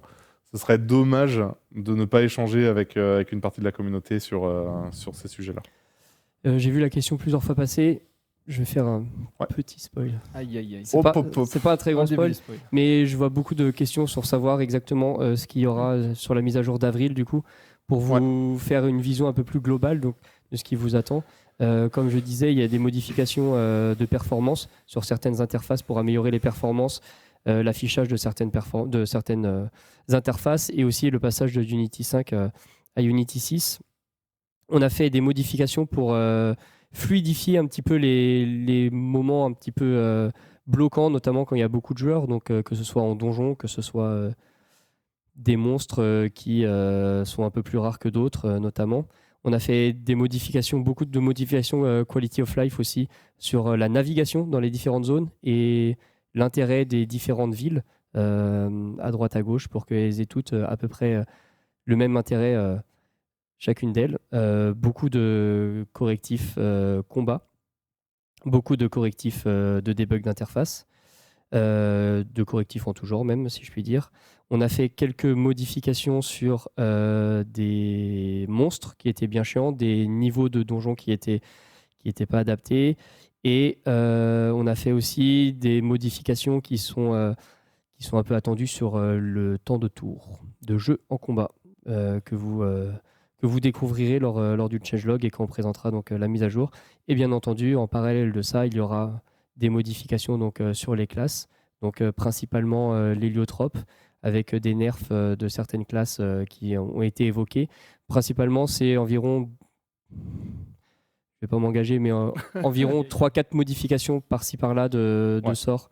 Enfin, pour une bonne partie des classes, mais ce n'est pas des grosses modifications. Et il y a des modifications aussi sur certains équipements. J'ai une question sur la possibilité de mettre un suivi sur les succès, s'il vous plaît. On a des gros changements sur l'interface de succès qui vont arriver, à voir si du suivi sera toujours nécessaire avec ces modifications-là. L'interface est revue pour être vraiment beaucoup plus claire au premier coup d'œil. Du coup, à voir si le besoin se fait toujours ressentir à ce moment-là. C'est vrai que je ne l'ai pas précisé, mais le dernier point, comme vous l'avez vu dans le devblog, c'est qu'il y a certaines interfaces qui sont améliorées ou modifiées. Donc il y a une refonte au moins technique et en plus de certaines fonctionnalités du chat. Une modification aussi sur les bulles de dialogue, sur l'interface de métier, l'interface de succès. Et ensuite, on travaille toujours sur les modifications d'autres interfaces qui arriveront dans l'année. Mais contrairement à... C'est vrai que c'était peut-être un abus de langage de notre part, mais quand on disait une refonte d'interface pour la première mise à jour d'avril, il est humainement pas possible de refaire toutes les interfaces du jeu comme certains ont eu des attentes vis-à-vis de ça.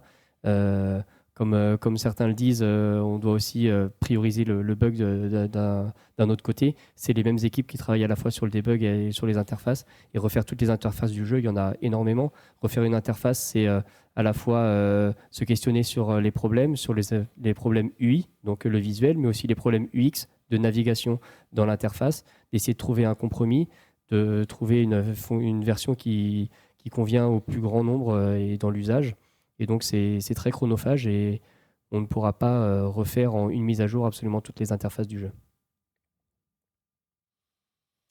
Je vais répondre quand même à la question du coup sur les bots, mais si on a un petit peu parlé au début du live, mais vu que parfois les gens rejoignent en cours de route, on va y répondre. Pourquoi ne pas ban les bots? On croise les mêmes bots H24 depuis 2 mois qui ont report des centaines de fois par jour et jamais rien de fait. Pourquoi? Pour le coup, on a mis du temps à mettre en place de l'anti-bot actif sur le Coliseum ou ce genre de partie-là. Ils ont mis quelques semaines avant de réapparaître sur les différents serveurs, mais du coup, ils sont réapparus depuis maintenant un bon mois et demi facile. Par exemple, les fameux Inutrof 150 qu'on a croisés en colis ou ce genre de choses-là. On a enfin réussi à mettre à jour nos outils pour faire du ban de bots directement en jeu. Donc du coup, comme je disais plus tôt, on est pour le moment sur des petites vagues, parce que c'est les toutes premières, mais on a fait une 200aine de bans en Coliseum et 300 plus Oui. en chasse au trésor. C'est vraiment les débuts, et donc du coup, ça c'est quelque chose qui va revenir tous les 2-3 jours, alimenter les bans de ce côté-là, et donc du coup, ça va être des bots que vous ne recroiserez plus ou pas normalement sur le Oui. jeu. Donc après, tout est perfectible, ce n'est pas infaillible, mais on passe enfin la seconde de ce côté-là, et donc du coup, vous devriez moins en constater.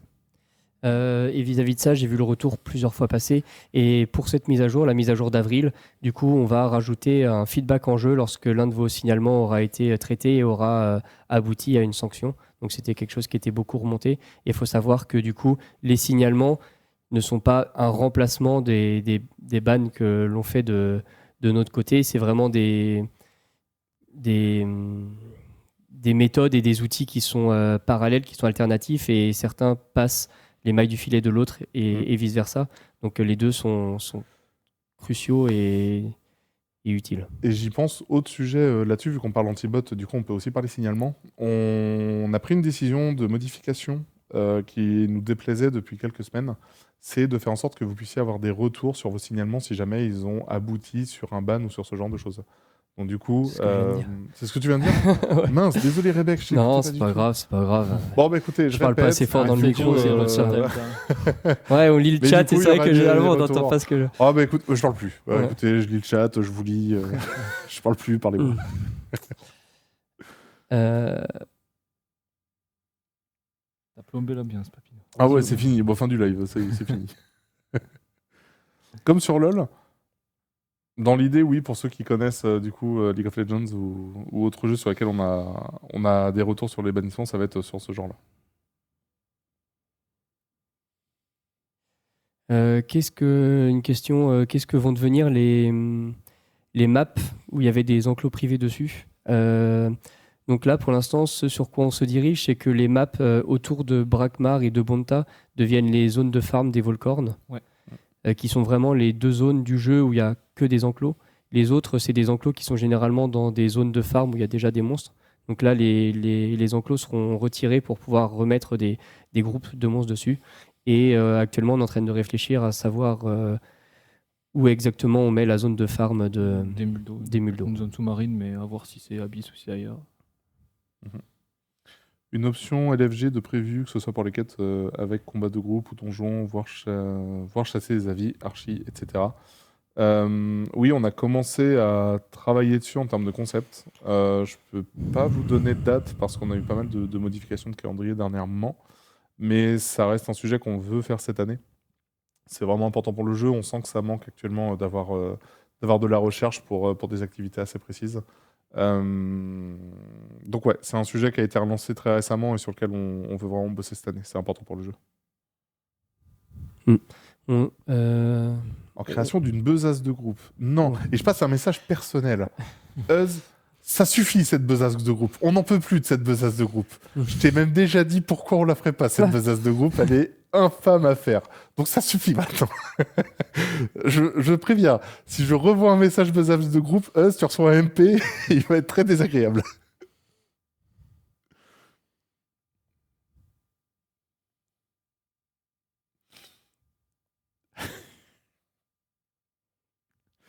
Il y a aussi, c'est vrai que j'ai pas précisé, mais pour la mise à jour d'avril, des modifications sur les recettes aussi.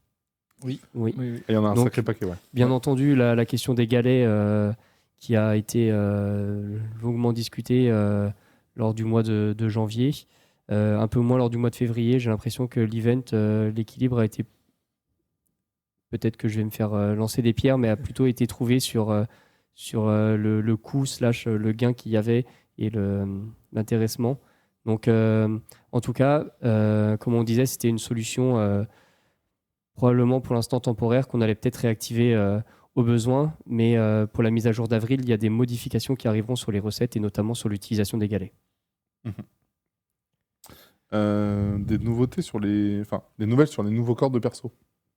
C'est quelque chose qu'on continue de travailler, mais qui n'est pas notre priorité, parce qu'on est sur sur la création du contenu pour la dimension divine qu'on a mis en prio. Donc du coup, ce qui est cosmétique et market de ce côté-là a été mis en pause pour le moment. Ça arrivera dans l'année, mais on a préféré focus sur la dimension divine parce que on a déjà un tout petit peu teasé des trucs sur cette dimension, mais du coup, il y a vraiment des très grosses nouveautés à mettre en place et en elles plus, sont coûteuses. Le sujet est double puisqu'il y a à la fois une partie de produire les nouveaux corps alternatifs. Donc là, on parle des corps alternatifs que vous avez vu lors du live qui a été fait mi-juillet 2024, quelque chose comme ça. Il y a la production des corps, donc ça a vraiment bien avancé, mais il y a aussi l'intégration de toutes les modifications d'interface qui sont liées à ces ajouts de corps. Et comme on l'a déjà dit tout à l'heure en live, et on le redit encore, mais c'est la même équipe qui gère à la fois donc, les interfaces, les modifications d'interface et le debug. Et donc, comme beaucoup l'ont souligné, et c'est n'en déplaise notre priorité actuellement, on focus donc le debug par rapport à ces corps alternatifs. Ouais. Je veux une question vraiment très pertinente, mais qui demanderait une très longue réponse. Venant plus GD, ça serait cool, mais la question n'est pas facile.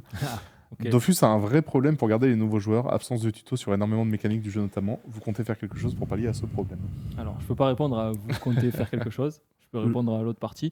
En effet, déjà, Dofus, techniquement, c'est un jeu un peu niche, c'est un jeu quand même assez spécifique, c'est du tour par tour, RPG avec plein de features, donc déjà, c'est pas accessible de base. Donc ouais, techniquement, on aimerait bien que tout soit accessible. On essaye de travailler à ça. D'ailleurs, il y a des choses qu'on fait pour ça et que vous appelez de la casualisation. Je sais que c'est un mot que vous aimez bien utiliser. Maintenant, de là à savoir est-ce qu'on va faire, ça c'est plus toi qui vas dire. Est-ce qu'on a des choses prévues vis-à-vis de ça? Ouais. Il y a quelques éléments sur lesquels on s'est repassé. Je vois typiquement qu'il y avait une réponse dans le chat qui parlait de l'interface de guide. Typiquement, l'interface de guide, c'est un point c'est un point sur lequel on veut revenir parce que en fait, elle va te suggérer des activités, mais pas forcément te resuggérer où est-ce que tu en étais dans une quête principale. Et ça, par exemple, c'est un gros frein à son accessibilité. C'est-à-dire que parfois, tu vas te reconnecter après, on va dire, 2, 3, parfois peut-être 1 ou 2 semaines sans avoir joué. Ça devient très dur à te remettre dans la boucle de savoir, ok, où est-ce que j'en étais? Est-ce que j'étais sur l'émeraude, l'ocre, le tutu? Sachant qu'en plus, on a et cette chance et cette malchance en même temps de pouvoir lancer énormément de quêtes différentes et du coup d'avoir des étapes de validation qui sont complètement différentes les unes par rapport aux autres. C'est un des gros freins, par exemple, au fait de pouvoir rester sur le jeu à long terme.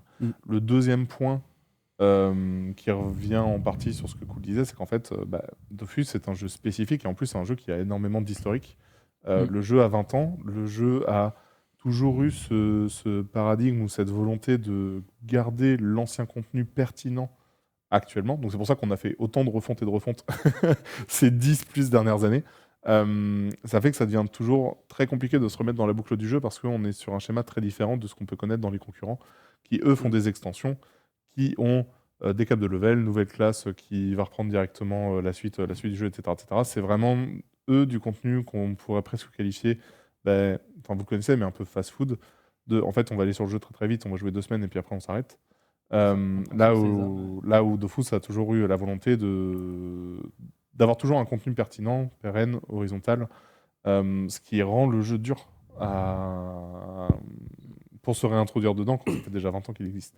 Après, des solutions, comme je dis, on a déjà reparlé du guide sur lequel on va revenir dessus. On est revenu, mine de rien, sur plusieurs quêtes récemment pour faire en sorte de les fluidifier, notamment à Frigos, on a fait pas mal d'arplaces dessus. Pandala, il y en a quelques-unes qui vont encore être toutes clés, normalement, il me semble. On va continuer de faire des améliorations, mais c'est clair que faire une passe complète sur le jeu pour le tutorialiser et faire en sorte que l'ensemble soit accessible, c'est un rêve que je pense on ne touchera jamais, malheureusement. D'ailleurs, je rebondis sur quelqu'un qui dit que c'est le mode de consommation de 90% des gens aujourd'hui. Et en fait, c'est vrai, les méthodes de consommation évoluent. Et en fait, ce qui était Dofus il y a 20 ans et ce qui marche plus trop maintenant. Du coup, on doit adapter le jeu aux méthodes de consommation. Les gens jouent un peu moins longtemps, sont moins assidus, ont plus faire quelque chose en même temps. Donc, on est obligé de prendre chaque feature et de la rendre un peu plus accessible ou de la casualiser. Et du coup, forcément, chaque chose qu'on fait doit être en fonction de cette nouvelle méthode de consommation. Et en fait, les cibles évoluent. Même des gens qui aimaient Dofus il y a 10 ans ne jouent plus de la même manière maintenant. Et du coup, ils ont l'impression que Dofus a changé, alors que des fois, on essaie de s'adapter. En fait, c'est vraiment un sujet très compliqué, mais c'est hyper intéressant comme sujet. Et c'est vrai que la remarque est vraie. On essaye vraiment de rendre les choses plus accessibles. Quoi. Et c'est aussi pour ça que du coup, les temporis, de manière générale, ont un aussi gros succès de manière large. C'est qu'en fait, le format aventure de 2 semaines, 1 mois max, c'est ce qui va correspondre à la plus grande majorité des joueurs. Je dis pas que c'est ce qui plaît à tous, vraiment pas, mais c'est ce qui fait que si on veut toucher le plus grand panel de joueurs possible, même certains qui ont décroché depuis très très longtemps, ou certains qui ont voulu tenter Dofus, mais qui n'ont jamais eu le pas de tenter le Dofus classique, les temporis sont l'expérience parfaite pour avoir une aventure sur un temps donné. C'est fini au bout de 2 semaines, 1 mois, 2 mois pour ceux qui ont vraiment voulu tryhard l'event. Mais on parle de quelque chose de vraiment événementiel. On ne parle pas d'un contenu pérenne qui s'inscrit sur le temps, etc. Sur le sujet, si certains sont curieux, j'étais tombé sur la vidéo d'un YouTuber qui s'appelle le Peermate, qui avait fait une vidéo d'interview d'un joueur qui n'avait jamais joué à Dofus. Et du coup, il l'a interviewé après 15 heures de jeu où il avait jamais joué. Et c'était vraiment très très intéressant comme interview. Justement, il expliquait comment il avait été guidé dans Incarnam sur les quêtes, après sa découverte de Dofus pour les noobs. Et justement, il disait que notamment sur Astrub, une grosse partie de la contrainte, c'est faire l'aller-retour sur les différentes quêtes, de faire ce que certains appellent les quêtes FedEx, qui sont très éloignées d'aujourd'hui, ce qu'on peut avoir. Je crois qu'il parlait de Call of Duty dans sa vidéo, où tu as une cinématique de fou, tu as un doublage incroyable, et c'est pour ça que la question du doublage y revient souvent. Peut-être que... mais on a tellement de quêtes et tout ça, c'est aussi pour ça que l'autopilote... Il y a des chantiers aussi sur la mise en scène. Oui, c'est pour ça aussi qu'on essaie de travailler un petit peu les c'est à l'échelle de Dofus, mais il y a des chantiers sur la mise en scène qui sont avec des PNJ animés, des bulles de dialogue. C'est des chantiers qu'on essaie de développer aussi pour ajouter un peu d'immersion, qui est au final quelque chose qui peut aider à l'accessibilité. Et encore, comme tu dis, c'est vrai qu'il a l'autopilotage. À l'époque, on n'avait pas l'autopilotage. C'est pour ça que Astrub est devenu tout d'un coup très agréable. C'était ton petit Enfin, moi... Non, c'était beaucoup mieux. C'était vraiment beaucoup mieux comparé aux expériences précédentes. C'est plus les quêtes à Frigost où ils te disent au port, allez chercher Jean-Michel le chasseur et ramener Jean-Michel le chasseur. Quand il faut couper des cheveux. 3 fois. Ah, mais cette fois, tu coupes des cheveux. Aïe, aïe, aïe. Et dernier point là-dessus, pour ceux qui sont vraiment intéressés et qui veulent approfondir le sujet, il y a vraiment tout un énorme champ de recherche actuellement sur le multimédia qui est la guerre de l'attention. Et du coup, vous avez vraiment beaucoup d'interviews qui sont intéressantes côté jeux vidéo, comme à quel point beaucoup de présidents de grandes boîtes de JV considèrent que Netflix est le plus gros rival du jeu vidéo, et c'est même pas le jeu vidéo lui-même. Enfin bref, c'est un sujet très, très massif qui est vraiment dans l'air du temps. Après, sur Dofus, on peut faire les deux à la fois, c'est l'avantage. Mais en fait, ce que j'allais dire, c'est qu'en plus, Dofus a une place particulière parce qu'on peut faire les deux à la fois. En fait, c'est un des jeux où ils sont assez rares, où on peut faire ça et autre chose en même temps. Et en fait, à partir du moment où on fait autre chose en même temps, on n'a pas forcément toute son attention, on a une page à côté, on a un stream à côté. Et il y a des jeux où on est obligé d'être 100% focus, mais Dofus fait partie des jeux où on peut faire plusieurs choses en même temps. Donc c'est aussi un aspect à prendre en compte, et donc forcément, niveau accessibilité, des fois ça peut pêcher. Je reprends quelques questions. La question du bug de cooldown, ça va arriver pour la mise à jour d'avril. La question de la refonte aux Amodas, c'est toujours prévu pour la mise à jour de jeu en même temps que la dimension. Et la question de mixer le matchmaking Coliseum entre les serveurs pionniers et historiques, ce sera probablement pour la match de jeu. On va encore le garder quelques mois. Ouais. Je vois 2 questions qui sont un peu spam, on va y répondre maintenant. Le mode héros, on n'a pas d'update à vous faire, donc du coup, honnêtement, autant passer dessus. Je vous donne juste que ça reste un sujet à très long terme. Vraiment, là, actuellement, on n'a rien de concret à vous donner, donc je ne peux même pas vous répondre quelque chose d'intéressant. Pour le mode tactique sombre, on doit toujours se pencher là-dessus. Pareil, c'est pas un sujet qui a avancé du tout. Donc voilà. C'est toujours quelque chose qu'on doit étudier, mais on n'a pas avancé là-dessus. Pour les fuites, comme j'en parlais tout à l'heure, elles sont corrigées au fur et à mesure sur les interfaces quand on a des remontées. C'est pas forcément évident, comme on dit, de trouver une fuite mémoire. J'ai vu une autre question aussi de savoir si avec Unity 6, ça allait tout corriger. Non, ça va pas tout corriger. C'est corrigé au fur et à mesure. On a fait des modifications assez profondes sur la Forge Magie, justement, pour améliorer les performances de l'interface. Là, pour la mise à jour d'avril, c'est l'interface d'options et l'interface de succès qui sont revues parce qu'elles sont très, très consommatrices en RAM. Et donc, on va les améliorer. Alors, je vois une question assez longue, mais penchons-nous dessus quand même. En Kama Live, déjà, désolé pour le spam, j'aime beaucoup la démarche. En parlant Palais des Lacs, j'ai une meilleure idée. Bon, merci.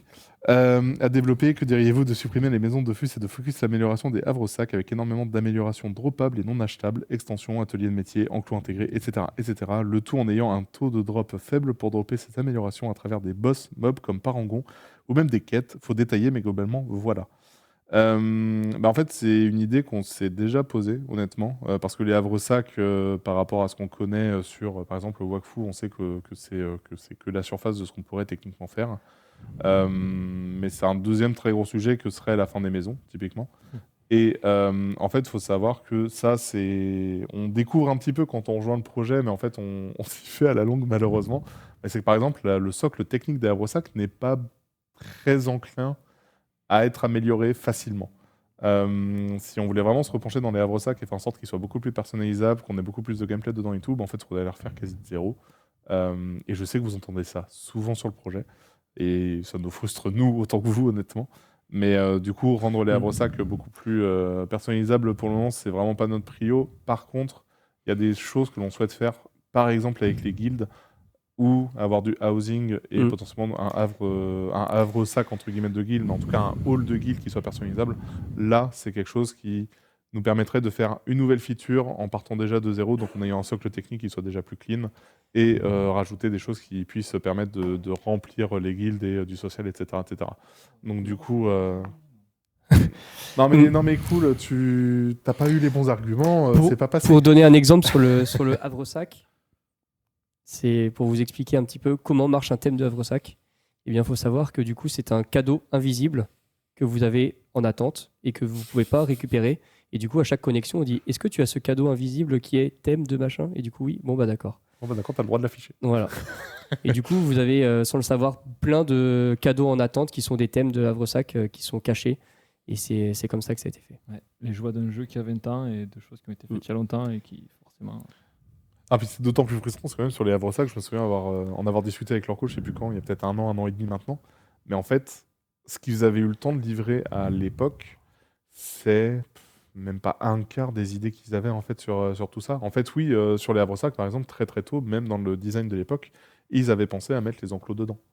Parce que ça semblait logique de pouvoir lisser, etc. Après, il y a eu vraiment énormément de choses. Et en fait, ça a été fait dans les conditions de l'époque. Honnêtement, remettre le nez dedans maintenant, j'ai vu déjà le mot passer, mais oui, spaghetti de code, on est réellement là-dedans.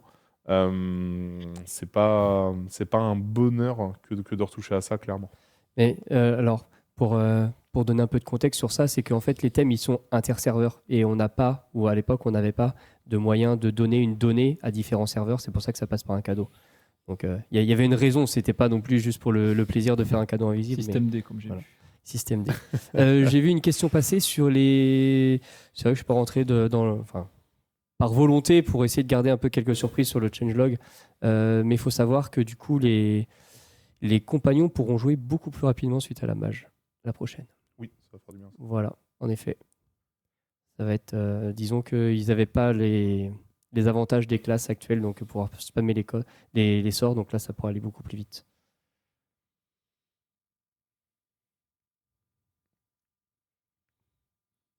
Palais des Lacs vétéran Award. Ouais, Ectope, mais c'est pas les le lacs seul, instanciés, je dis, c'est pas forcément. Transfert depuis Pionnier vers ancien serveur, ça arrive quand? Ou alors un transfert des skins juste? Ouais, je sais que la question revient souvent. On va d'abord laisser passer la fusion, ça c'est sûr et certain, pour remettre le nez dedans ensuite, mais c'est possible que ça arrive assez rapidement après la fusion, parce qu'on aura moins d'intérêt de garder cette limitation. Je veux pas faire de promesses, mais clairement, on laisse d'abord passer la fusion et on remettra le nez dans les transferts ensuite. Tournoi 21 ans PVM, pour l'instant il n'y a rien de prévu, mais il était sympa le tournoi des 20 ans, donc C'est vrai que ça avait ouais, bien marché. ça avait bien marché, c'était fun à regarder, il y avait beaucoup de viewers en plus, donc c'était très cool. Je vais pas m'engager à la place du KTA, mais je pense que Mais clairement, s'ils pouvaient nous refaire un truc, on est preneur. Hein. Le tournoi des 30 ans de. Ça se vit comment l'aigreur des joueurs? Moi, j'ai passé ma journée de vendredi pendant 7 heures à lire, absolument tous les commentaires de toutes les vidéos YouTube, tous les posts, moi aussi, j'ai lu tous pas les mal commentaires. ce week-end aussi. Pas mal le Discord aussi, c'était sympa. En fait, ça va, en fait, ils sont aigris à juste titre, on leur enlève des choses. Voilà, c'est juste nous, on est obligé d'assumer des choix parce que en fait, si on veut faire quelque chose de propre, on doit faire ce choix et on doit être radicaux. Mais ils ont le droit d'être aigris. Voilà, quand on perd quelque chose, normal. Et là, je remercie certains des joueurs qui prennent le temps de le faire, mais notre objectif en lisant ça, c'est d'essayer de vraiment récupérer le problème de fond. Et parfois, entre 3 lignes d'insultes, c'est difficile de voir exactement si le problème, c'est parce que l'enclos est supprimé et donc il aura plus un avantage, ou si c'est parce que la compensation elle n'est pas à sa juste valeur, ou si c'est parce que il veut que ce soit différent en fonction des serveurs pionniers ou des serveurs historiques. Donc le but c'est d'essayer aussi toujours en lisant les commentaires d'extraire ce qu'il y a vraiment derrière. C'est ça. Et après, il y a 2 derniers points là-dessus, c'est que déjà, malheureusement, d'une part, ça fait partie du travail. On sait qu'à partir du moment où on travaille sur un MMO, un jeu live, etc., on va être confronté à différentes communautés, à différentes attentes, à différentes manières de jouer au jeu, d'en profiter, parfois d'en abuser. Hein, on le sait aussi. Mais ça fait partie du métier et de l'amour aussi qu'on a pour le MMO, parce qu'on aime bien les mondes vivants tels que ça. Et le deuxième point, c'est toujours aussi d'essayer de faire en sorte de proposer des modifications avec certains outils qui permettent de pouvoir filtrer ce qui est du pur ressenti d'émotion en termes de retour et de pouvoir quantifier, type le sondage. C'est pas pour rien qu'on met des sondages sur la fin de devlog aussi important que celui de l'élevage. C'est que ça nous permet de faire quand même la part des choses et de se dire que, je sais pas, on va dire par exemple, pour l'exemple des élevages, parce que c'est l'exemple du moment, mais le flot torrent potentiel d'insultes, d'injures, etc., va représenter X% sur notre communauté qui en fait... Est-ce qu'elle est réellement notre cœur de cible? Est-ce qu'on tape bon? Est-ce que c'est quelque chose qu'on doit prendre en considération pour aller dans l'autre sens des modifications qu'on souhaitait faire? Donc c'est pour ça que lier un sondage sur ce genre de modifications, de devlog, etc., c'est vraiment très très important parce que on connaît le phénomène majorité silencieuse et minorité très bruyante. C'est toujours le cas, on le sait, mais le quantifier, c'est toujours compliqué. On l'avait vu lors du sondage qu'on avait fait en septembre, vers septembre, où il y avait, je crois que c'était 80% des joueurs qui n'avaient jamais commenté sur le forum ou sur Twitter. À juste titre, certains ont dit que peut-être que les 20% qui répondent représentent la majorité. C'est peut-être pas le cas. En tout cas, nous, on préfère faire des sondages pour pas tomber dans un biais de confirmation où on ne lit et on ne retient que les commentaires qui vont dans notre sens et on bypass les commentaires qui sont insatisfaits de ce qu'on propose parce que généralement, c'est une protection de nos cerveaux où on essaie... biais cognitif où on essaie de toujours... C'est dans les deux sens en fait. On peut pas se permettre nous de lire que les commentaires qui nous arrangent et on peut pas, comme dans un live aujourd'hui où on parle élevage, on sait qu'il y aura beaucoup d'éleveurs qui ne sont pas contents, se dire oula personne n'aime ça, en fait c'est pas représentatif de la totalité. Donc en fait notre but c'est d'arriver à trouver le juste milieu entre ceux qui râlent parce qu'ils ont raison de râler, parce qu'ils n'ont pas le recul et qu'on leur demande pas de l'avoir, ceux qui disent rien parce qu'en fait eux ça leur va, ceux qui se disent ah ok ça peut être bien, ceux qui râlent mais à juste titre parce qu'en fait il y a des choses qui sont pas équilibrées, ça peut arriver aussi. Notre but c'est d'essayer de trouver le juste milieu et de faire les bons choix qui sont pas forcément ceux que la commune attend, mais ça c'est aussi notre boulot.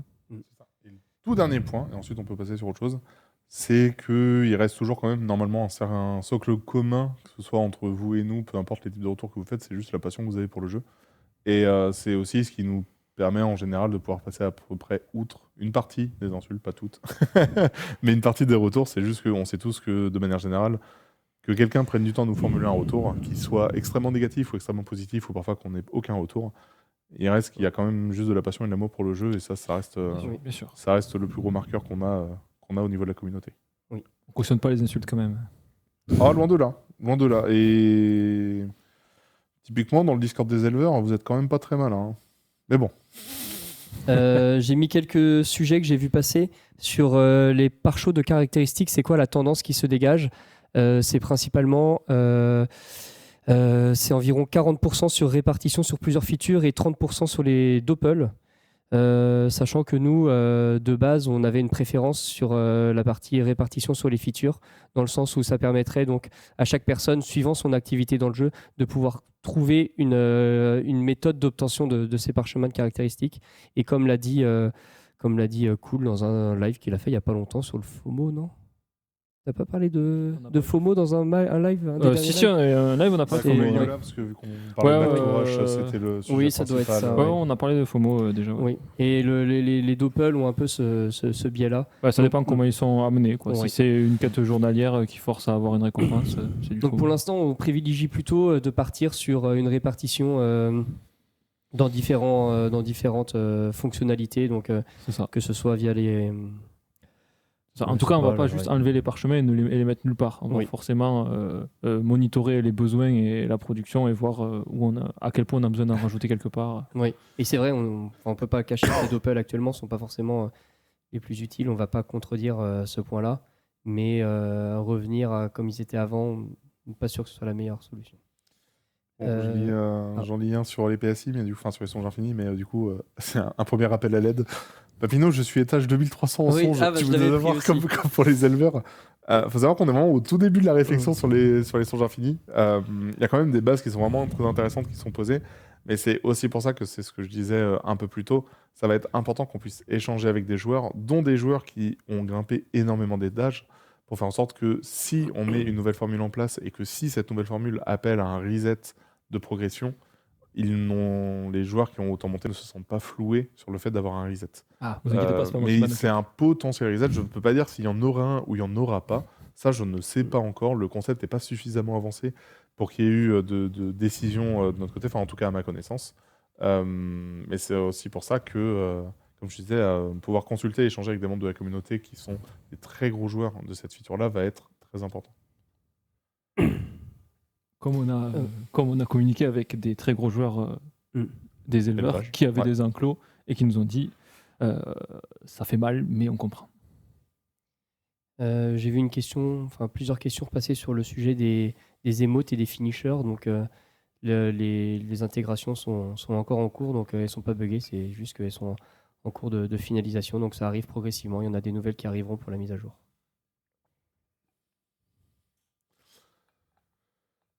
Question à quand l'ouverture d'un serveur héroïque? Pas du tout prévu pour le moment. Ça a toujours déjà été de base, on sait, un peu un serveur à problème, parce que vous aimez bien trouver des failles pour faire en sorte de pouvoir déclencher des rollbacks quand les persos étaient perdus et que ça vous arrangeait pas. Mais c'est un trop gros sujet et on n'est pas en capacité actuellement d'ouvrir un serveur héroïque et d'avoir un bon suivi pour faire en sorte que ça se passe bien. Donc non, c'est pas du tout prévu actuellement. Je repars sur un truc de l'élevage, je vois qu'on parle de une naissance à chaque fois. Est-ce que c'est le chiffre définitif? C'est le chiffre définitif pour l'instant. Si jamais il y a un problème de maths, n'hésitez pas à le remonter. Normalement, il n'y a pas de problème de maths. Parce que je vois un problème de maths qui passe. Pour les générations. Ouais, pour la génération. Normalement, il n'y a pas de problème de maths. S'il y en a un, n'hésitez pas à le remonter. Disons que c'est assumé qu'il n'y ait pas une quantité infini, oui, exponentielle de magnifique illustration de l'exponentielle. C'est pas comme ça, c'est comme ça. Mais encore une fois, je dis définitif pour l'instant, c'est parce que comme toute feature qu'on fait et toute refonte, on part toujours du principe qu'on part du plus bas, c'est-à-dire que c'est 1, et si jamais il y a besoin, à un moment, ça sera augmenté. Pas forcément passer à 2, mais par d'autres moyens, que ce soit des capacités spéciales, des consommables, des almanachs, je sais pas, pour augmenter petit à petit. Mais on peut pas partir direct à 2, parce que si c'est trop, c'est la merde, il y en a beaucoup trop, ça va direct foutre l'économie, et en fait, on peut pas repartir en arrière. Dans une refonte, on part toujours dans ce sens. Si jamais on fait trop de suite, et qu'on repart en arrière, c'est compliqué. C'est d'ailleurs ce qui a été fait sur l'event des Colisées-Tron. Oui, les galets, Oui. c'est ça. À chaque fois qu'on fait des choses comme ça, on part toujours du plus petit et on préfère augmenter que revenir en arrière, parce qu'à chaque fois qu'on revient en arrière, il y a la moitié des joueurs qui nous disent « Pourquoi vous nous enlevez ça ?» Alors que c'est plus équilibré, mais comme on l'a mis une seule fois, c'est chiant. On va pas rentrer dans le dernière détail petite question des chacun. équipements. On va pas rentrer dans les détails des équipements, des modifications Oh. d'équipements et d'Helio. Trop nul. Il y aura un temps spécifique sur ça. Allez, une petite dernière. Allez. Chacun. Chacun, ouf. Ah, ok. J'en ai vu une qui est très orientée pour toi. Quel est ton artiste de musique art préféré Future Noise. Voilà. Oh, oh là là. Non, c'est pas vraiment ça ta dernière Ah, mais je sais question. pas, il a dit une chacun et il y a une question non, pour t'as moi. trouvé donc, une mieux. Ah, d'accord. ok. Bon, elle était vachement bien. Comment ça, une Pardon. mieux, le hardstyle, Une- ce genre de musique Une plus selon instructive. Riebeck Monsieur Farob Ok, je cherche une vraie question.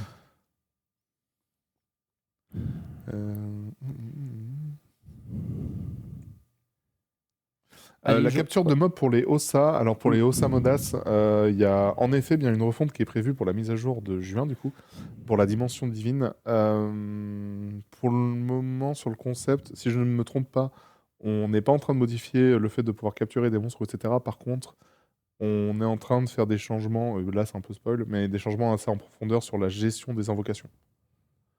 Donc il y a des choses qui sont vraiment intéressantes qui sont en train d'être designées pour la refonte de l'Osamodas sur les invos, ça va pas mal changer si on reste sur la formule qu'on est en train de designer actuellement. Donc ouais, pas sur la capture mais sur les invoques. Moi, je prends un truc, c'est un peu lié à ce qu'on disait tout à l'heure, des habitudes de jeu qui ont évolué. Je vois quelqu'un qui a demandé est-ce que c'est pas un problème de devoir utiliser Dofus pour les noobs tout le temps En fait, je tiens à dire que maintenant, dans les jeux vidéo, c'est quelque chose qui est devenu normal. La plupart des gens qui jouent à un jeu jouent avec des infos à côté, avec des builds, avec des choses comme ça. Nous, on se doit de faire un jeu comme on a envie qu'il soit et pas de donner toutes les réponses directement. Si jamais les gens s'habituent à l'utiliser et l'utilisent, on peut le comprendre, mais ça n'empêche que nous, on a une volonté et une vision de ce qu'on veut donner et à quel point on veut rendre les choses difficiles ou obscures si c'est le cas. Et encore, je ne m'occupe pas de tout ce qui est quête, mais c'est à peu près ce que je pense. Du coup, pour nous, ça paraît logique que des gens qui veulent chercher la facilité, parce que c'est pas ça qui les intéresse dans le jeu, utilisent quelque chose d'à côté, mais c'est pas prévu que ça soit intégré au jeu et qu'on ait les réponses en fait.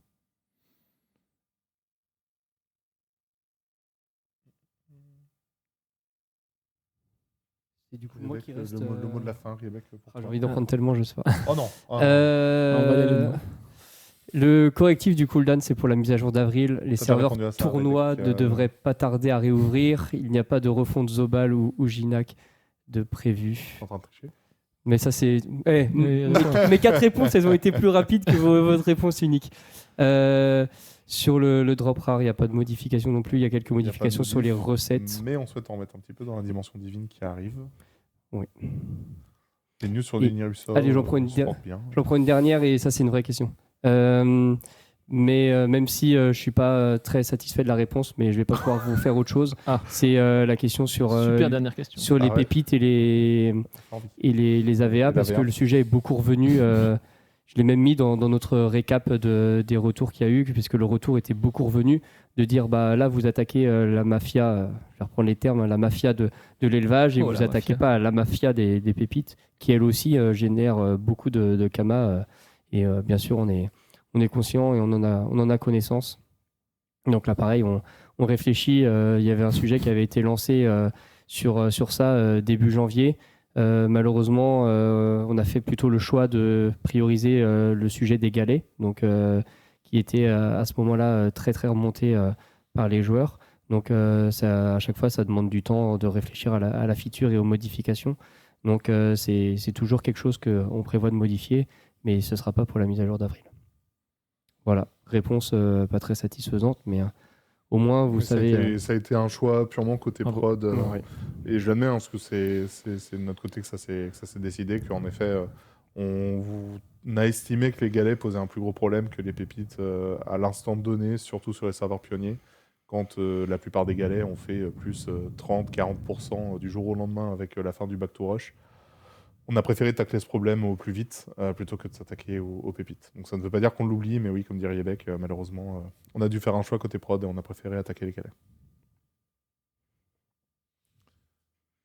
Fin. C'est bon, c'était la question que j'avais Tout le pris. monde lève les mains et on s'arrête. Ouais, allez. Du coup, on signe la fin de ce live. Merci beaucoup à tous d'avoir été présents. On va continuer d'être vigilants au retour côté forum. Je sais que bon, ça cool, perd des points de santé mentale chaque semaine. Je savais en prenant avec votre aide. En prenant ce chantier, je savais. Mais on va continuer quand même d'être toujours très vigilants dans tous les retours que vous faites sur ces sujets-là. Pour ce qui est des debugs, comme je disais, on va essayer d'en passer quelques-uns avant la mage plutôt que d'attendre avril, typiquement pour potentiellement l'état infecté du SADI ou ce genre de sujet comme ça. Même si, je reviens sur ce que je disais en début de live, mais les changelogs vont être un petit peu moins fournis que ce que vous avez connu en décembre, janvier, du fait de la mise à jour qui s'approche. C'est en tout cas un plaisir de pouvoir échanger avec vous sur autant de sujets. Merci à tous d'avoir été là. Merci Rebecca, merci Cool. Avec plaisir. Merci à vous aussi pour toutes vos questions. Et je vous dis à toutes et tous à bientôt. Bye. Ciao, ciao. Salut.